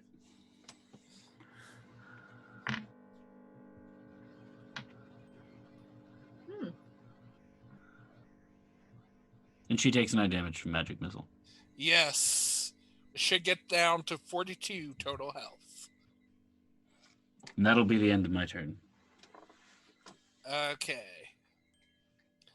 Next, we have on, back to the top of the round, of our mysterious monk. Okay, since this is a workshop, is there any, like, oil around that I might be able to drop on her to light her up even more? I would think that takes bonus action, a perception check. I'm gonna do it. Yes. There is in here. There are small little bits of oil that you can throw at them. They were actually next to the paint, which, as you're thinking about this, the paint that you found, paint probably burns better and faster than oil and is tougher to get off. And in that case, I'm going to smile devilishly and run back because I probably have enough. I have a 40-foot speed. So I pick him up, run, and just pour it on her, the paint. Okay, I need you to make a dexterity saving throw of 16. Okay.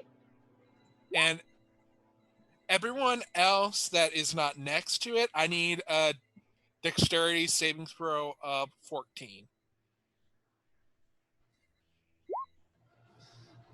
Okay. Jordan's the only one that does not save, as there is an explosion of fire and magic. And Oh no. yes! And again, what seems to occur is, Gert, for as far as you know, you take 5 damage. Because it's not as bad. But because this is just splash damage, not the actual explosion itself, while they took about 20. And something seems to be changed in the witch. It's kind of like almost like burning paint is on them. They howl. And their entire body seems to actually change for a bit as they glow in fire, burning away.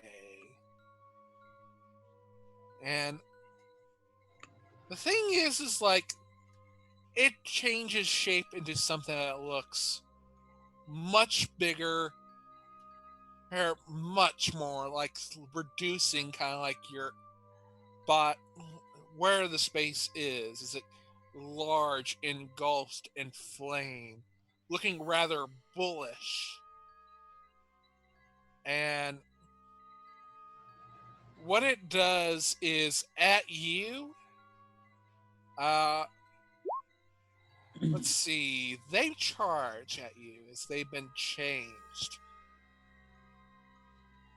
And so I need a DC 14 strength save from you,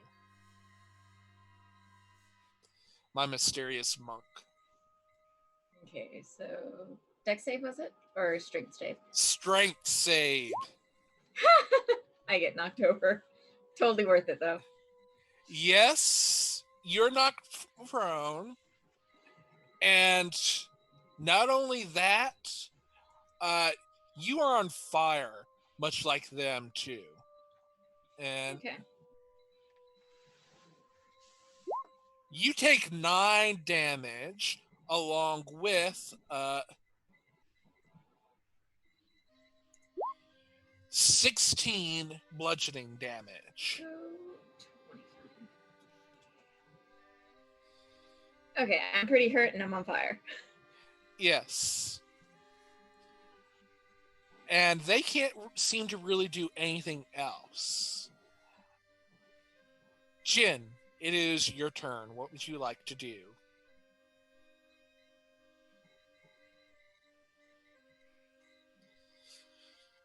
Oh, dang. Jin disappeared. Oh, did we lose June? Oh, no. Internet's been real wonky today. Oh yeah, even with mine. Oh. Oh yeah, even on Oh, the power just Zoom. went out in their room. Yep. Oh, dang. So, just like I'm imagining as the floorbones had weakened, they just fell down and are out. And seeing this, like the unicorn goes, "No!" as the saxophones play. Yeah. Gert, it is your turn. What would you like to do? I would like, I am playing this, war such a block. I'm gonna Eldritch Blast again. Okay. Phew. And as like you go ready to shoot with your fingers, instead the Eldritch Blast seems to come out of your eyes. Ooh. Okay. 11 does not hit. Okay. Let's try this one. And a 16 does not hit. Oh man. So much for super eye powers. You're blinded by the light. I was. Yes, and as kind of like does that, I need a Constitution saving throw. Oh no. From me? Yes. Ah! Okay. I'm ready. You, as they come out and miss, you get blasted backwards by the kickback and land in a pile of hay, and it just spreads about. Oh my goodness. Soft landing at least. Yeah. This time, Gert goes, I'm too old for this, and starts pulling hay out of her hair. Otto, what would you like to do?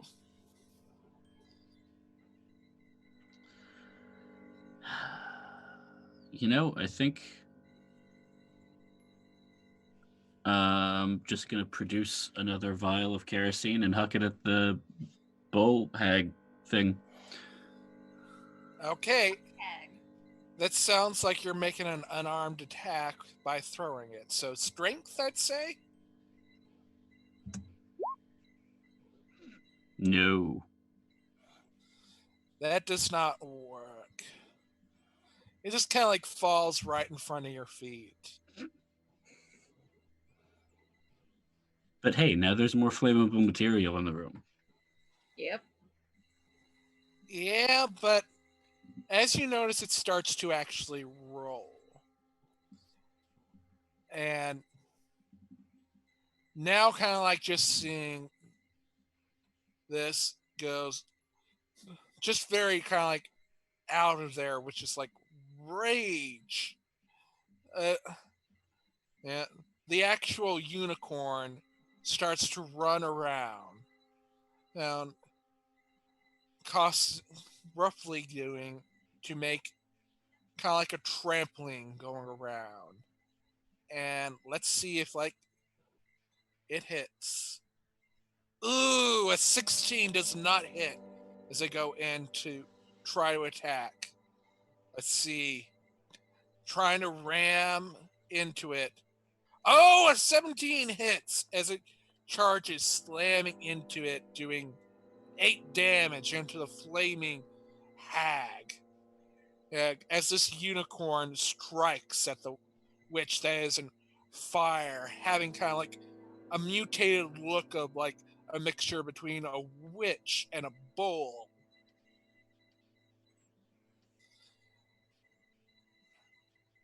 Otto, would you like to do anything as a bonus action, or is that the end of your turn? I forgot to check. That'll be the end of me. Okay. Now back to the mysterious monk. Okay, I'm on fire. I'm prone. Let's see.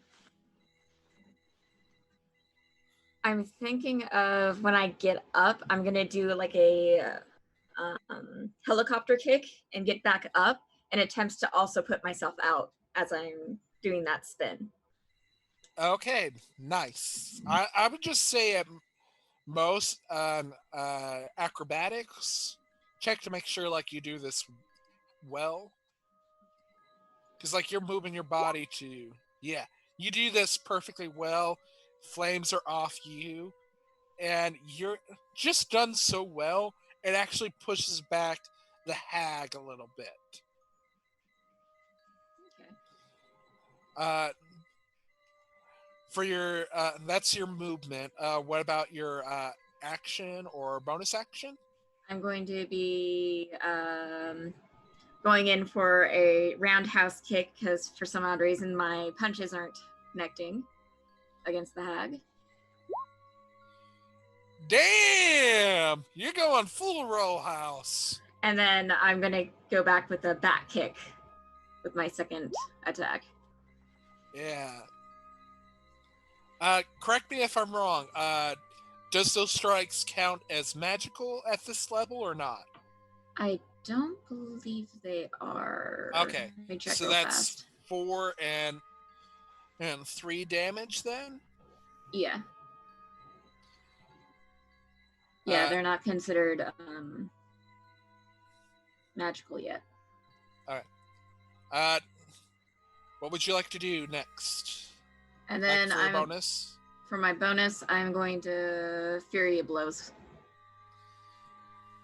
Okay, let's see if you can do ha ha ha ha ha in their face. And another roundhouse kick, because I'm just a tornado of absolute fury. Oh yeah, you are a tornado of kicks. And another kick.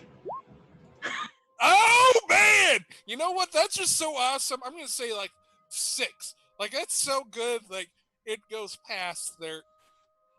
Like they should be having, but for somehow like you have like movements of steel there, just so damn well. I'm just hitting the same Damage. spot over and over. Okay. It is their turn. Everyone who's still about, because it's going to like slam their head to the ground, everyone make a dexterity saving throw. That passes. Ooh, that fails. Give me just a second. Oh, yes! We got Jin back. Yes, so everything has come back online. Huzzah. We just had you fall through the ground, so I'm guessing you're just going to pop out of the wall when you come back in? Sure. Raven, do you need to mess with the cameras at all? Or are we still good? Okay, we seem to be good. Good.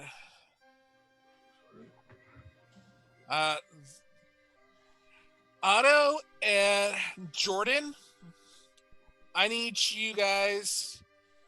You're going to be taking the full damage here.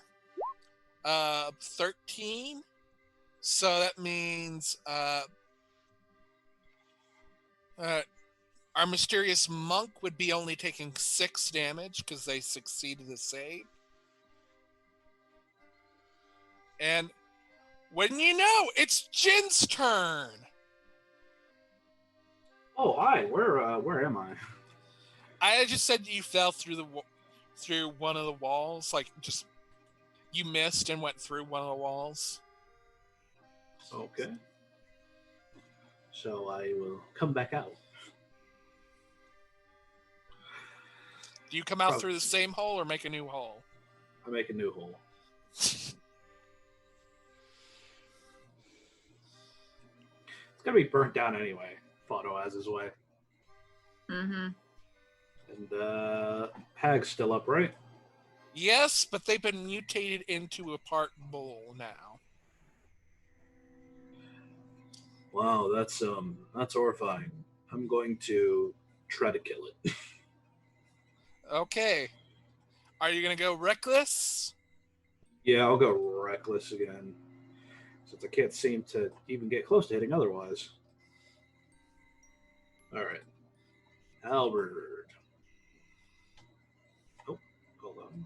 Beyond 20's being a little interesting today. Yes.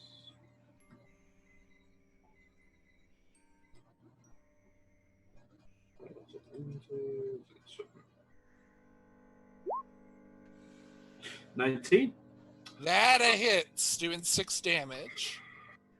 12 plus 2, 14, 7 damage. And then Okay, bonus so action. that'd be 17. Yeah. And then bonus action, I'm going to strike with the other end. Because why not? Also at advantage. And submit. 7 plus 2, have this 4. 5, I think. Yeah, 4. 4. Okay. Gert. Unless you got, like, I believe it's Gert's turn, unless you want to do anything more. Nope, no, that's what I can do.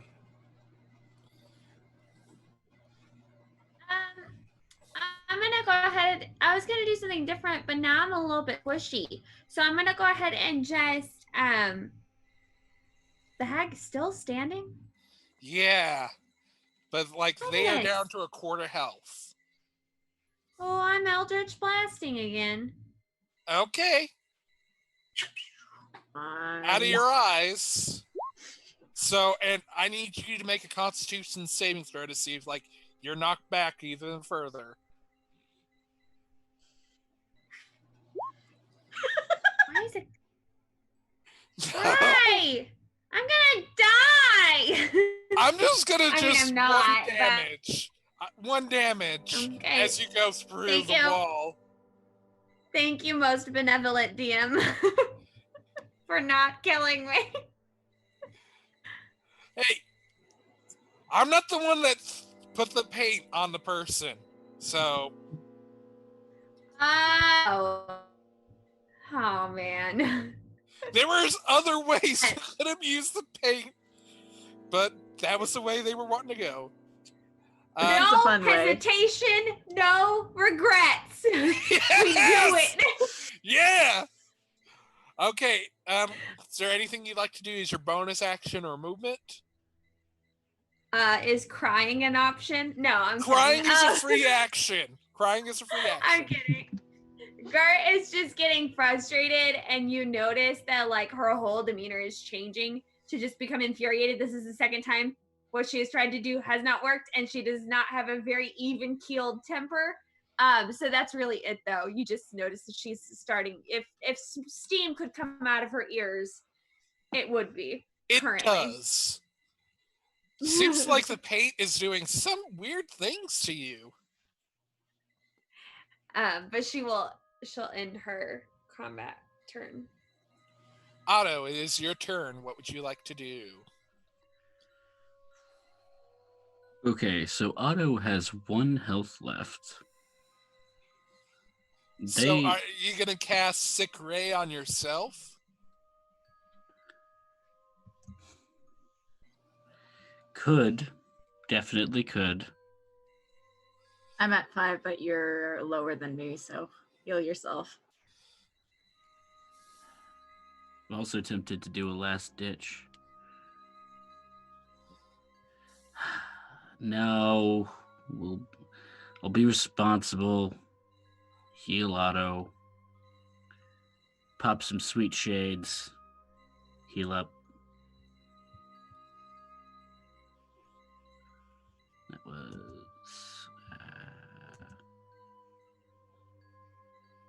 1d8. And that'll be my turn. Okay. You notice kind of like something that did happen. One of the things that has been happening with Gert keep going backwards is they seem to have kicked that kerosene each time. And while they went through the wall, you're noticing, oh, it just went towards the actual hag. And I need everyone to come up with either a way to survive this kerosene hitting the flaming hag mixture of bull or a dexterity saving throw. I will go with either one that you can come up with as I change the music up. see.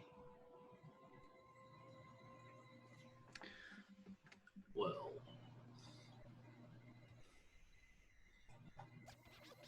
There's a hole in the wall where Jin came out of, correct?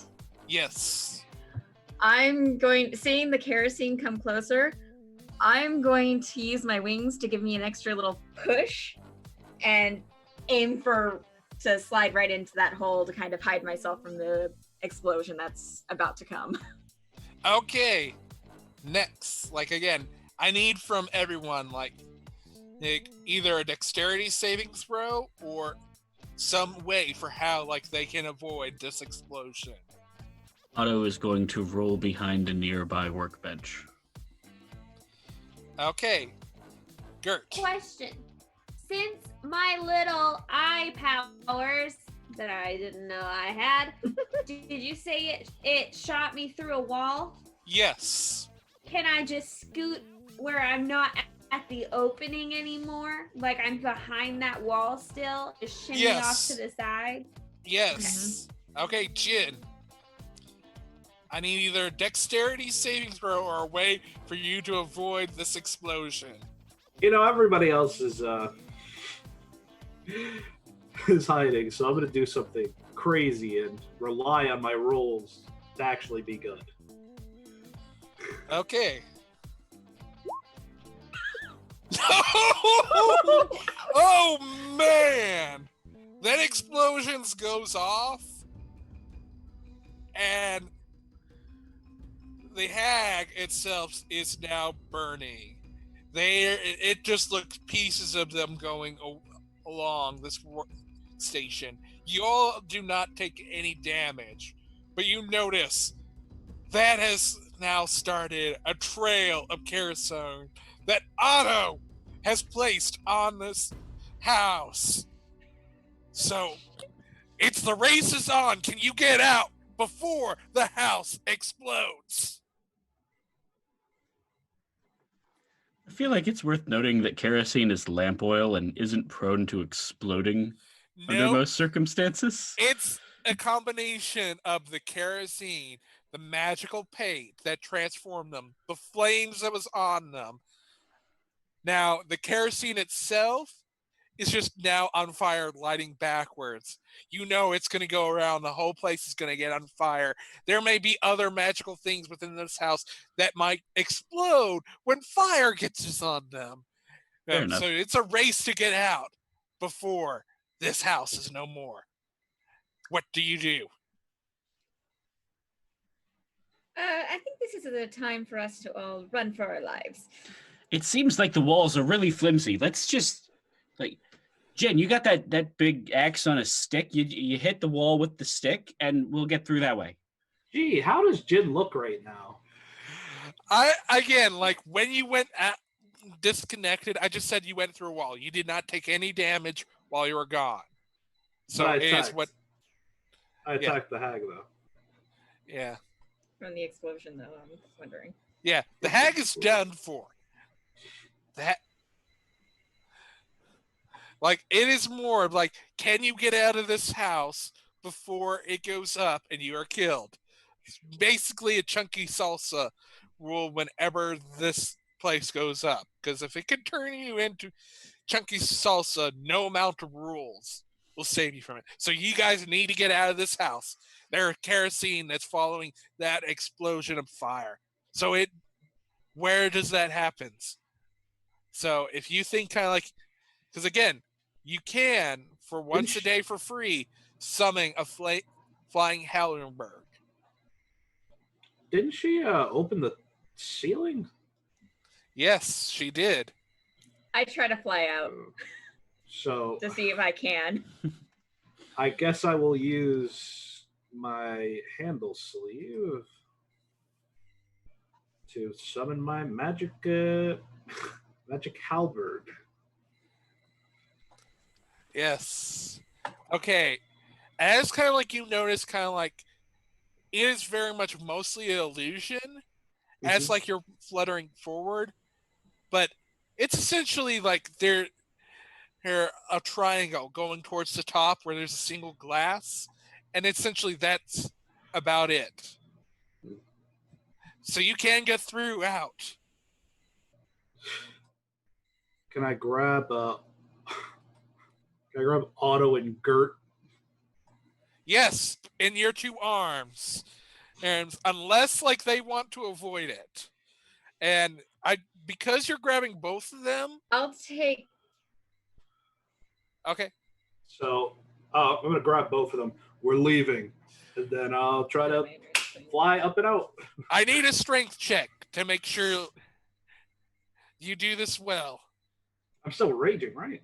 Yes, so you have advantage. Because I think you'd be enraged. 22.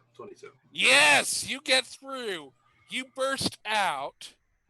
And as you're all flying out, you notice behind you there is a unicorn with wings fluttering behind you as you all escape out those windows. Forgot about that guy.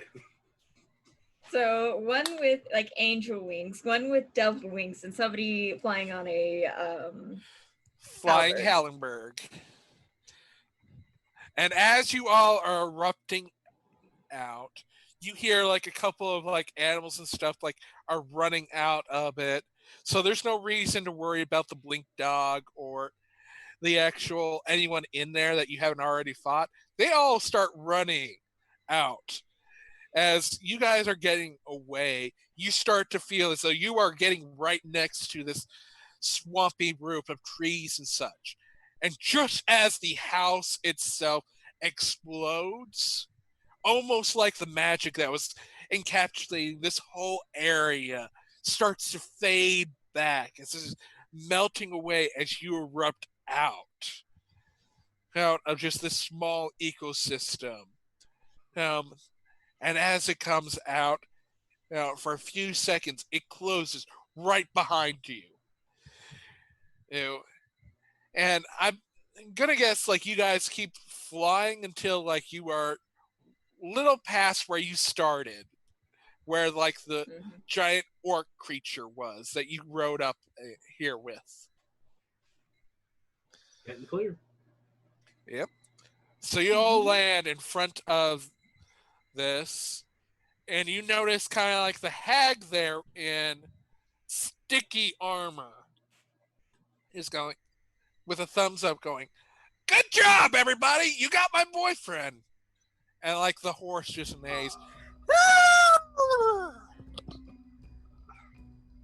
I would like to take this moment to say that Jin is holding Gert like she is a soccer ball, and Otto around the waist.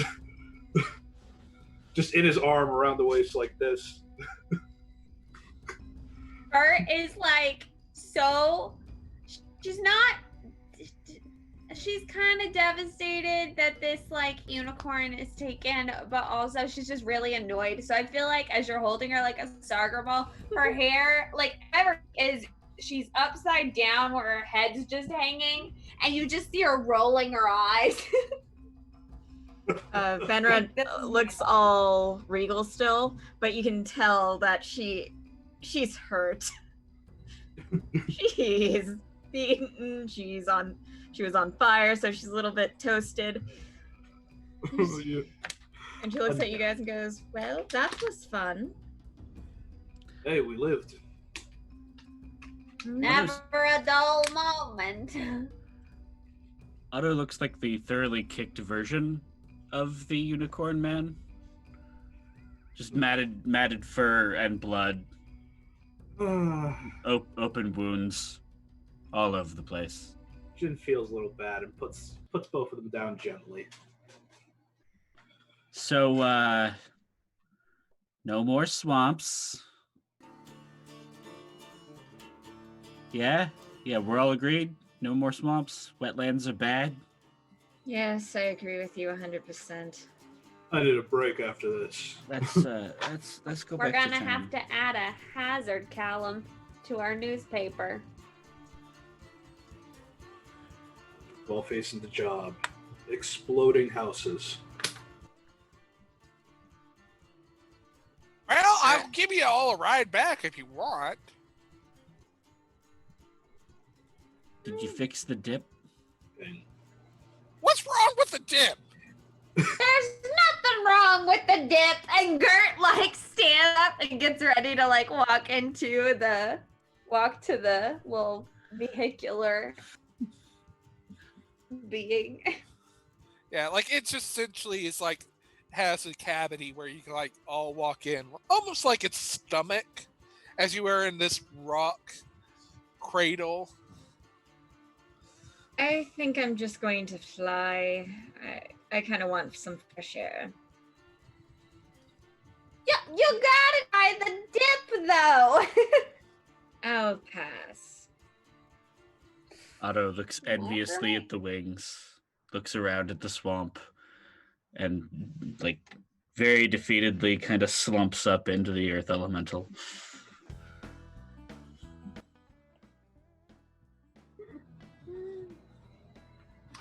it's an earth elemental? Cool. Like, no, it's like a rock golem. Like, it's out of rock, and inside has like very nice fine dining and all of that. Sorry, first time you said earth elemental. Like, I'm sorry, I might have mispronounced. Like, I was saying No worries. golem. They're earthy either way. Very earthy outside of rocks. Interior, fancy dining. Oh, yes, I feel a connection to my brethren. I give it a nice little pat on the back. You hear kind of like a happy, like, "Roar." All right, time to head home. And right before kind of like they leave, the hag just goes to actually the mysterious monk and go, "You did good work," and hands you a small little bag and just like, "For helping me and probably helping you disrupt Queen's plans." Thank you. Don't tell her I was here. And What? I have no idea who you are. How can I tell anybody about this mysterious monk that I have no idea about? Exactly. And I look into the bag and see what she gave me. I'm gonna say it's much like Pulp Fiction. We, the audience, don't know, but you do. You know what's inside. So, whatever it is you want to say it is, it is. We, the audience, do not know. Just know that you're smiling. I'm just smiling and I just go, thank you. And I put it into my bag and I just kind of flap away. You guys, like, I'll give you a ride when we get close. I'll give you all a reward for helping me out. But enjoy the ride. Sure. So I'm guessing at this point, like, you all just get in and the rock carriage keeps moving on forward till you're back home. Otto begrudgingly eats the dip. I need Yeah. an Arcana roll from you.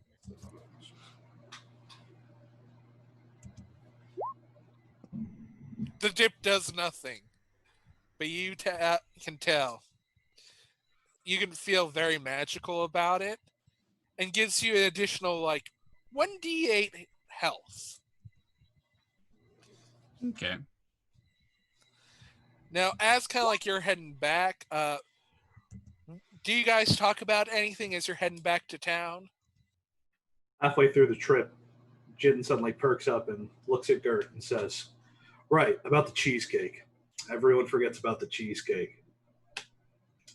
It's also very evil. It's actually more evil than the other cakes because it's technically two things."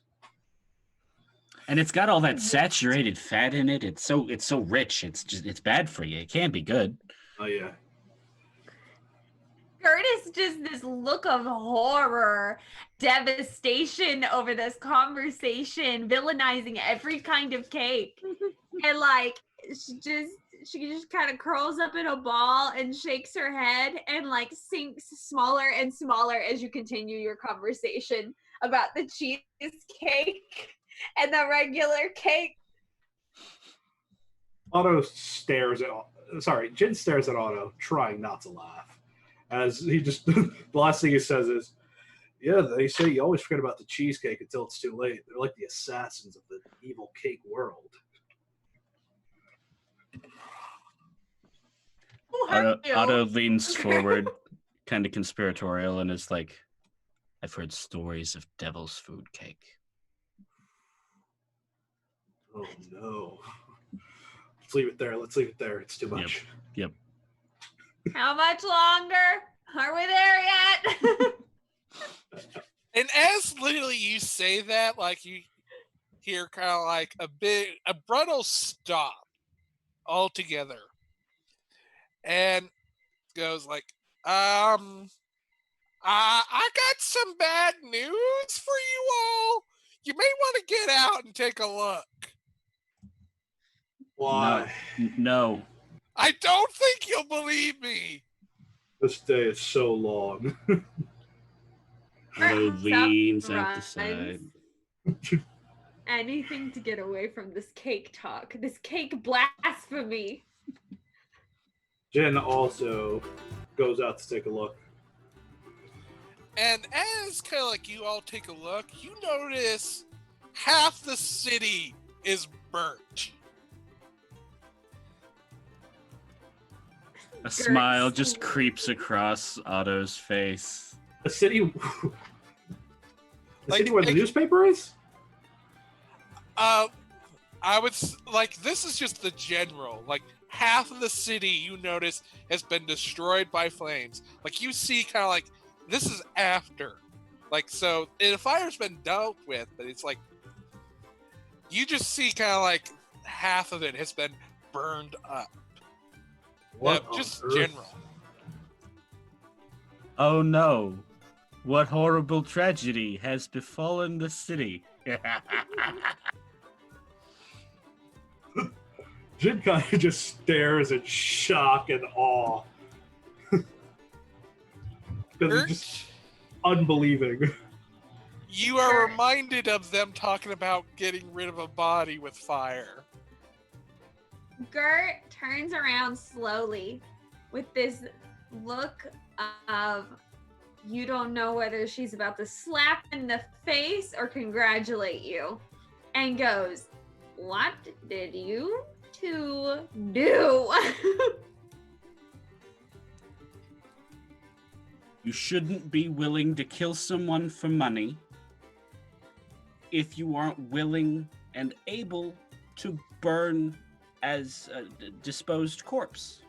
And if you have magical items on you when you happen to die that create a giant invisible inferno that destroys half of the city, then that's just wonderful, isn't it? And like she just pinches the bridge of her nose. It's like, please tell me at least the sub shop is still standing.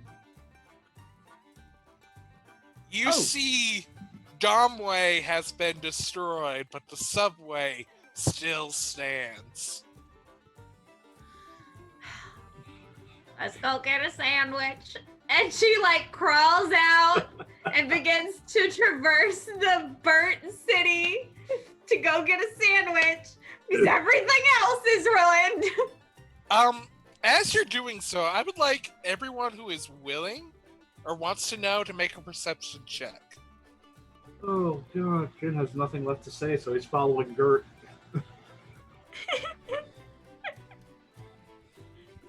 I become the responsible one. Last 2 days have been truly eye-opening. I love that. That should be probably the raid cry there. But Jordan, you just are, I think, so distraught you don't notice it. But Otto, and Jin, you actually notice kind of like the what we have known as the annoying card that Otto actually pretended to be.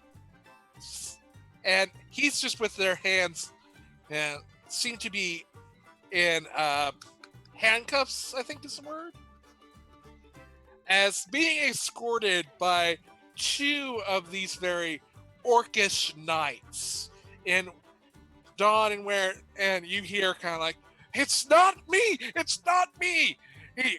It's whoever got rid of my spy! I don't know who!" And it's like you hear, "Yeah, right. That's what they all say. It's not their fault." Jin slowly looks over at Otto. You know what? That's good work, Otto. Sandwiches on me. Nothing wraps up a nice day like a nice lunch. And I feel like that's the best thing we can just wrap up, everyone, is everybody of the party is just at the Subway eating kind of like a crappy sandwich with a good beer or alcoholic drink next to them, because like everybody needs to drink after a day like today. Bring me all the adult slushies. Yes, there is an alcoholic slushies here along with it. Like this is how they've survived against Dumbway's superior subs, is they have alcoholic beer and slushies.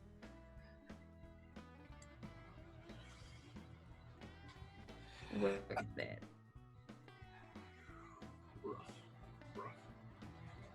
And I feel like that is a good closing thing. Just kind of like to give an epilogue to our special guests. Like, I'm guessing we just have a scene where, like, they're off on their own. And they seem to be just going by, and they hear word of, like, the Blood Queen is supposedly heading towards Greenblade. What are they doing? That's all, like, they know. I hear that Mother is going that way. I take a nap and open up the bag and pull out this kind of magical fruit that I asked the hag before coming to help. And I eat it, take off my hood, and just look up in the sun to finally, after so many thousands of years, I finally get to feel the sun without feeling like I'm going to catch on fire. And I'm just like, oh god, I forgot how freaking bright this stupid thing is. And I put my hood back up and I start traveling towards where Mother is going to be, so I can cause some more trouble. Yeah. And then I would say it just fades out with me just walking along the road with the sun going down behind me. Excellent. Yeah. That is excellent. Oh, thank you so much. Mhm. And let's go around starting with you, since you were so kind to stop by. We'll go clockwise around, ending with Jordan. What was your favorite moment, and where can we find you? I have to say my favorite moment was the kerosene just slowly rolling back this way, and then started rolling to it until the final explosion happened. That was just like, I was like, oh god, it's gonna happen, isn't it? Next round, it's gonna happen, isn't it? And then it happened. It was just like so magical. And you guys can find me on Twitter at InsaneKitty32. And I also sell stuff on my Etsy shop called Sality Cat Studios. And literally just look up Dicerama and you'll find my store. And yeah. Thank you so much. And Otto, Chaos Sorcerer, what was your favorite moment, and where can we find you? My favorite moment has been the long, slow journey of Jin just slowly coming to terms with the fucking insanity of Gert and Otto, and just slowly conceding to things never being normal again. The fuck it, let's just have a sandwich moment at the end was that was beautiful. Thank you for that. As for where you can find me here Mondays and Fridays for Flashmaker's Folly and Where Things Go South. I'll see you then. Thank you so much. Now to our perilous barbarian, Jin. What was your favorite moment, and where can we find you? Favorite moment is the epilogue for our very dear monk. Thanks for coming and playing with us, stopping by. Really enjoyed it. Yes. Fantastic. Well, can find. Thanks for having me. You can find me at Twitter. My handle is at LTALIG. That's at LTALIG. That's all for me. Okay, and finally, our fantastic, fabulous Gert. What is your favorite moment, and where can we find you? My favorite moment is actually several moments, just because they really cracked me up. Anytime Otto and Jen started talking about cake, because y'all are just so stinking clever with your little puns and your little cake talk. No, it was fantastic. It gave me a really giggle. The authenticity of this hatred towards cake was just beautiful. I am Arden, aka Sassy Sander. You can find me on all social medias under that name. I do music on YouTube. You can catch me around the community every once in a while playing TTRPGs. But I am pretty soon going to start getting into more cosplay related stuff. So follow my Twitter to catch up with that. Thank you so much for running this game, Michael, and like everybody. I enjoyed playing with y'all too. It's amazing every single time. That's everything.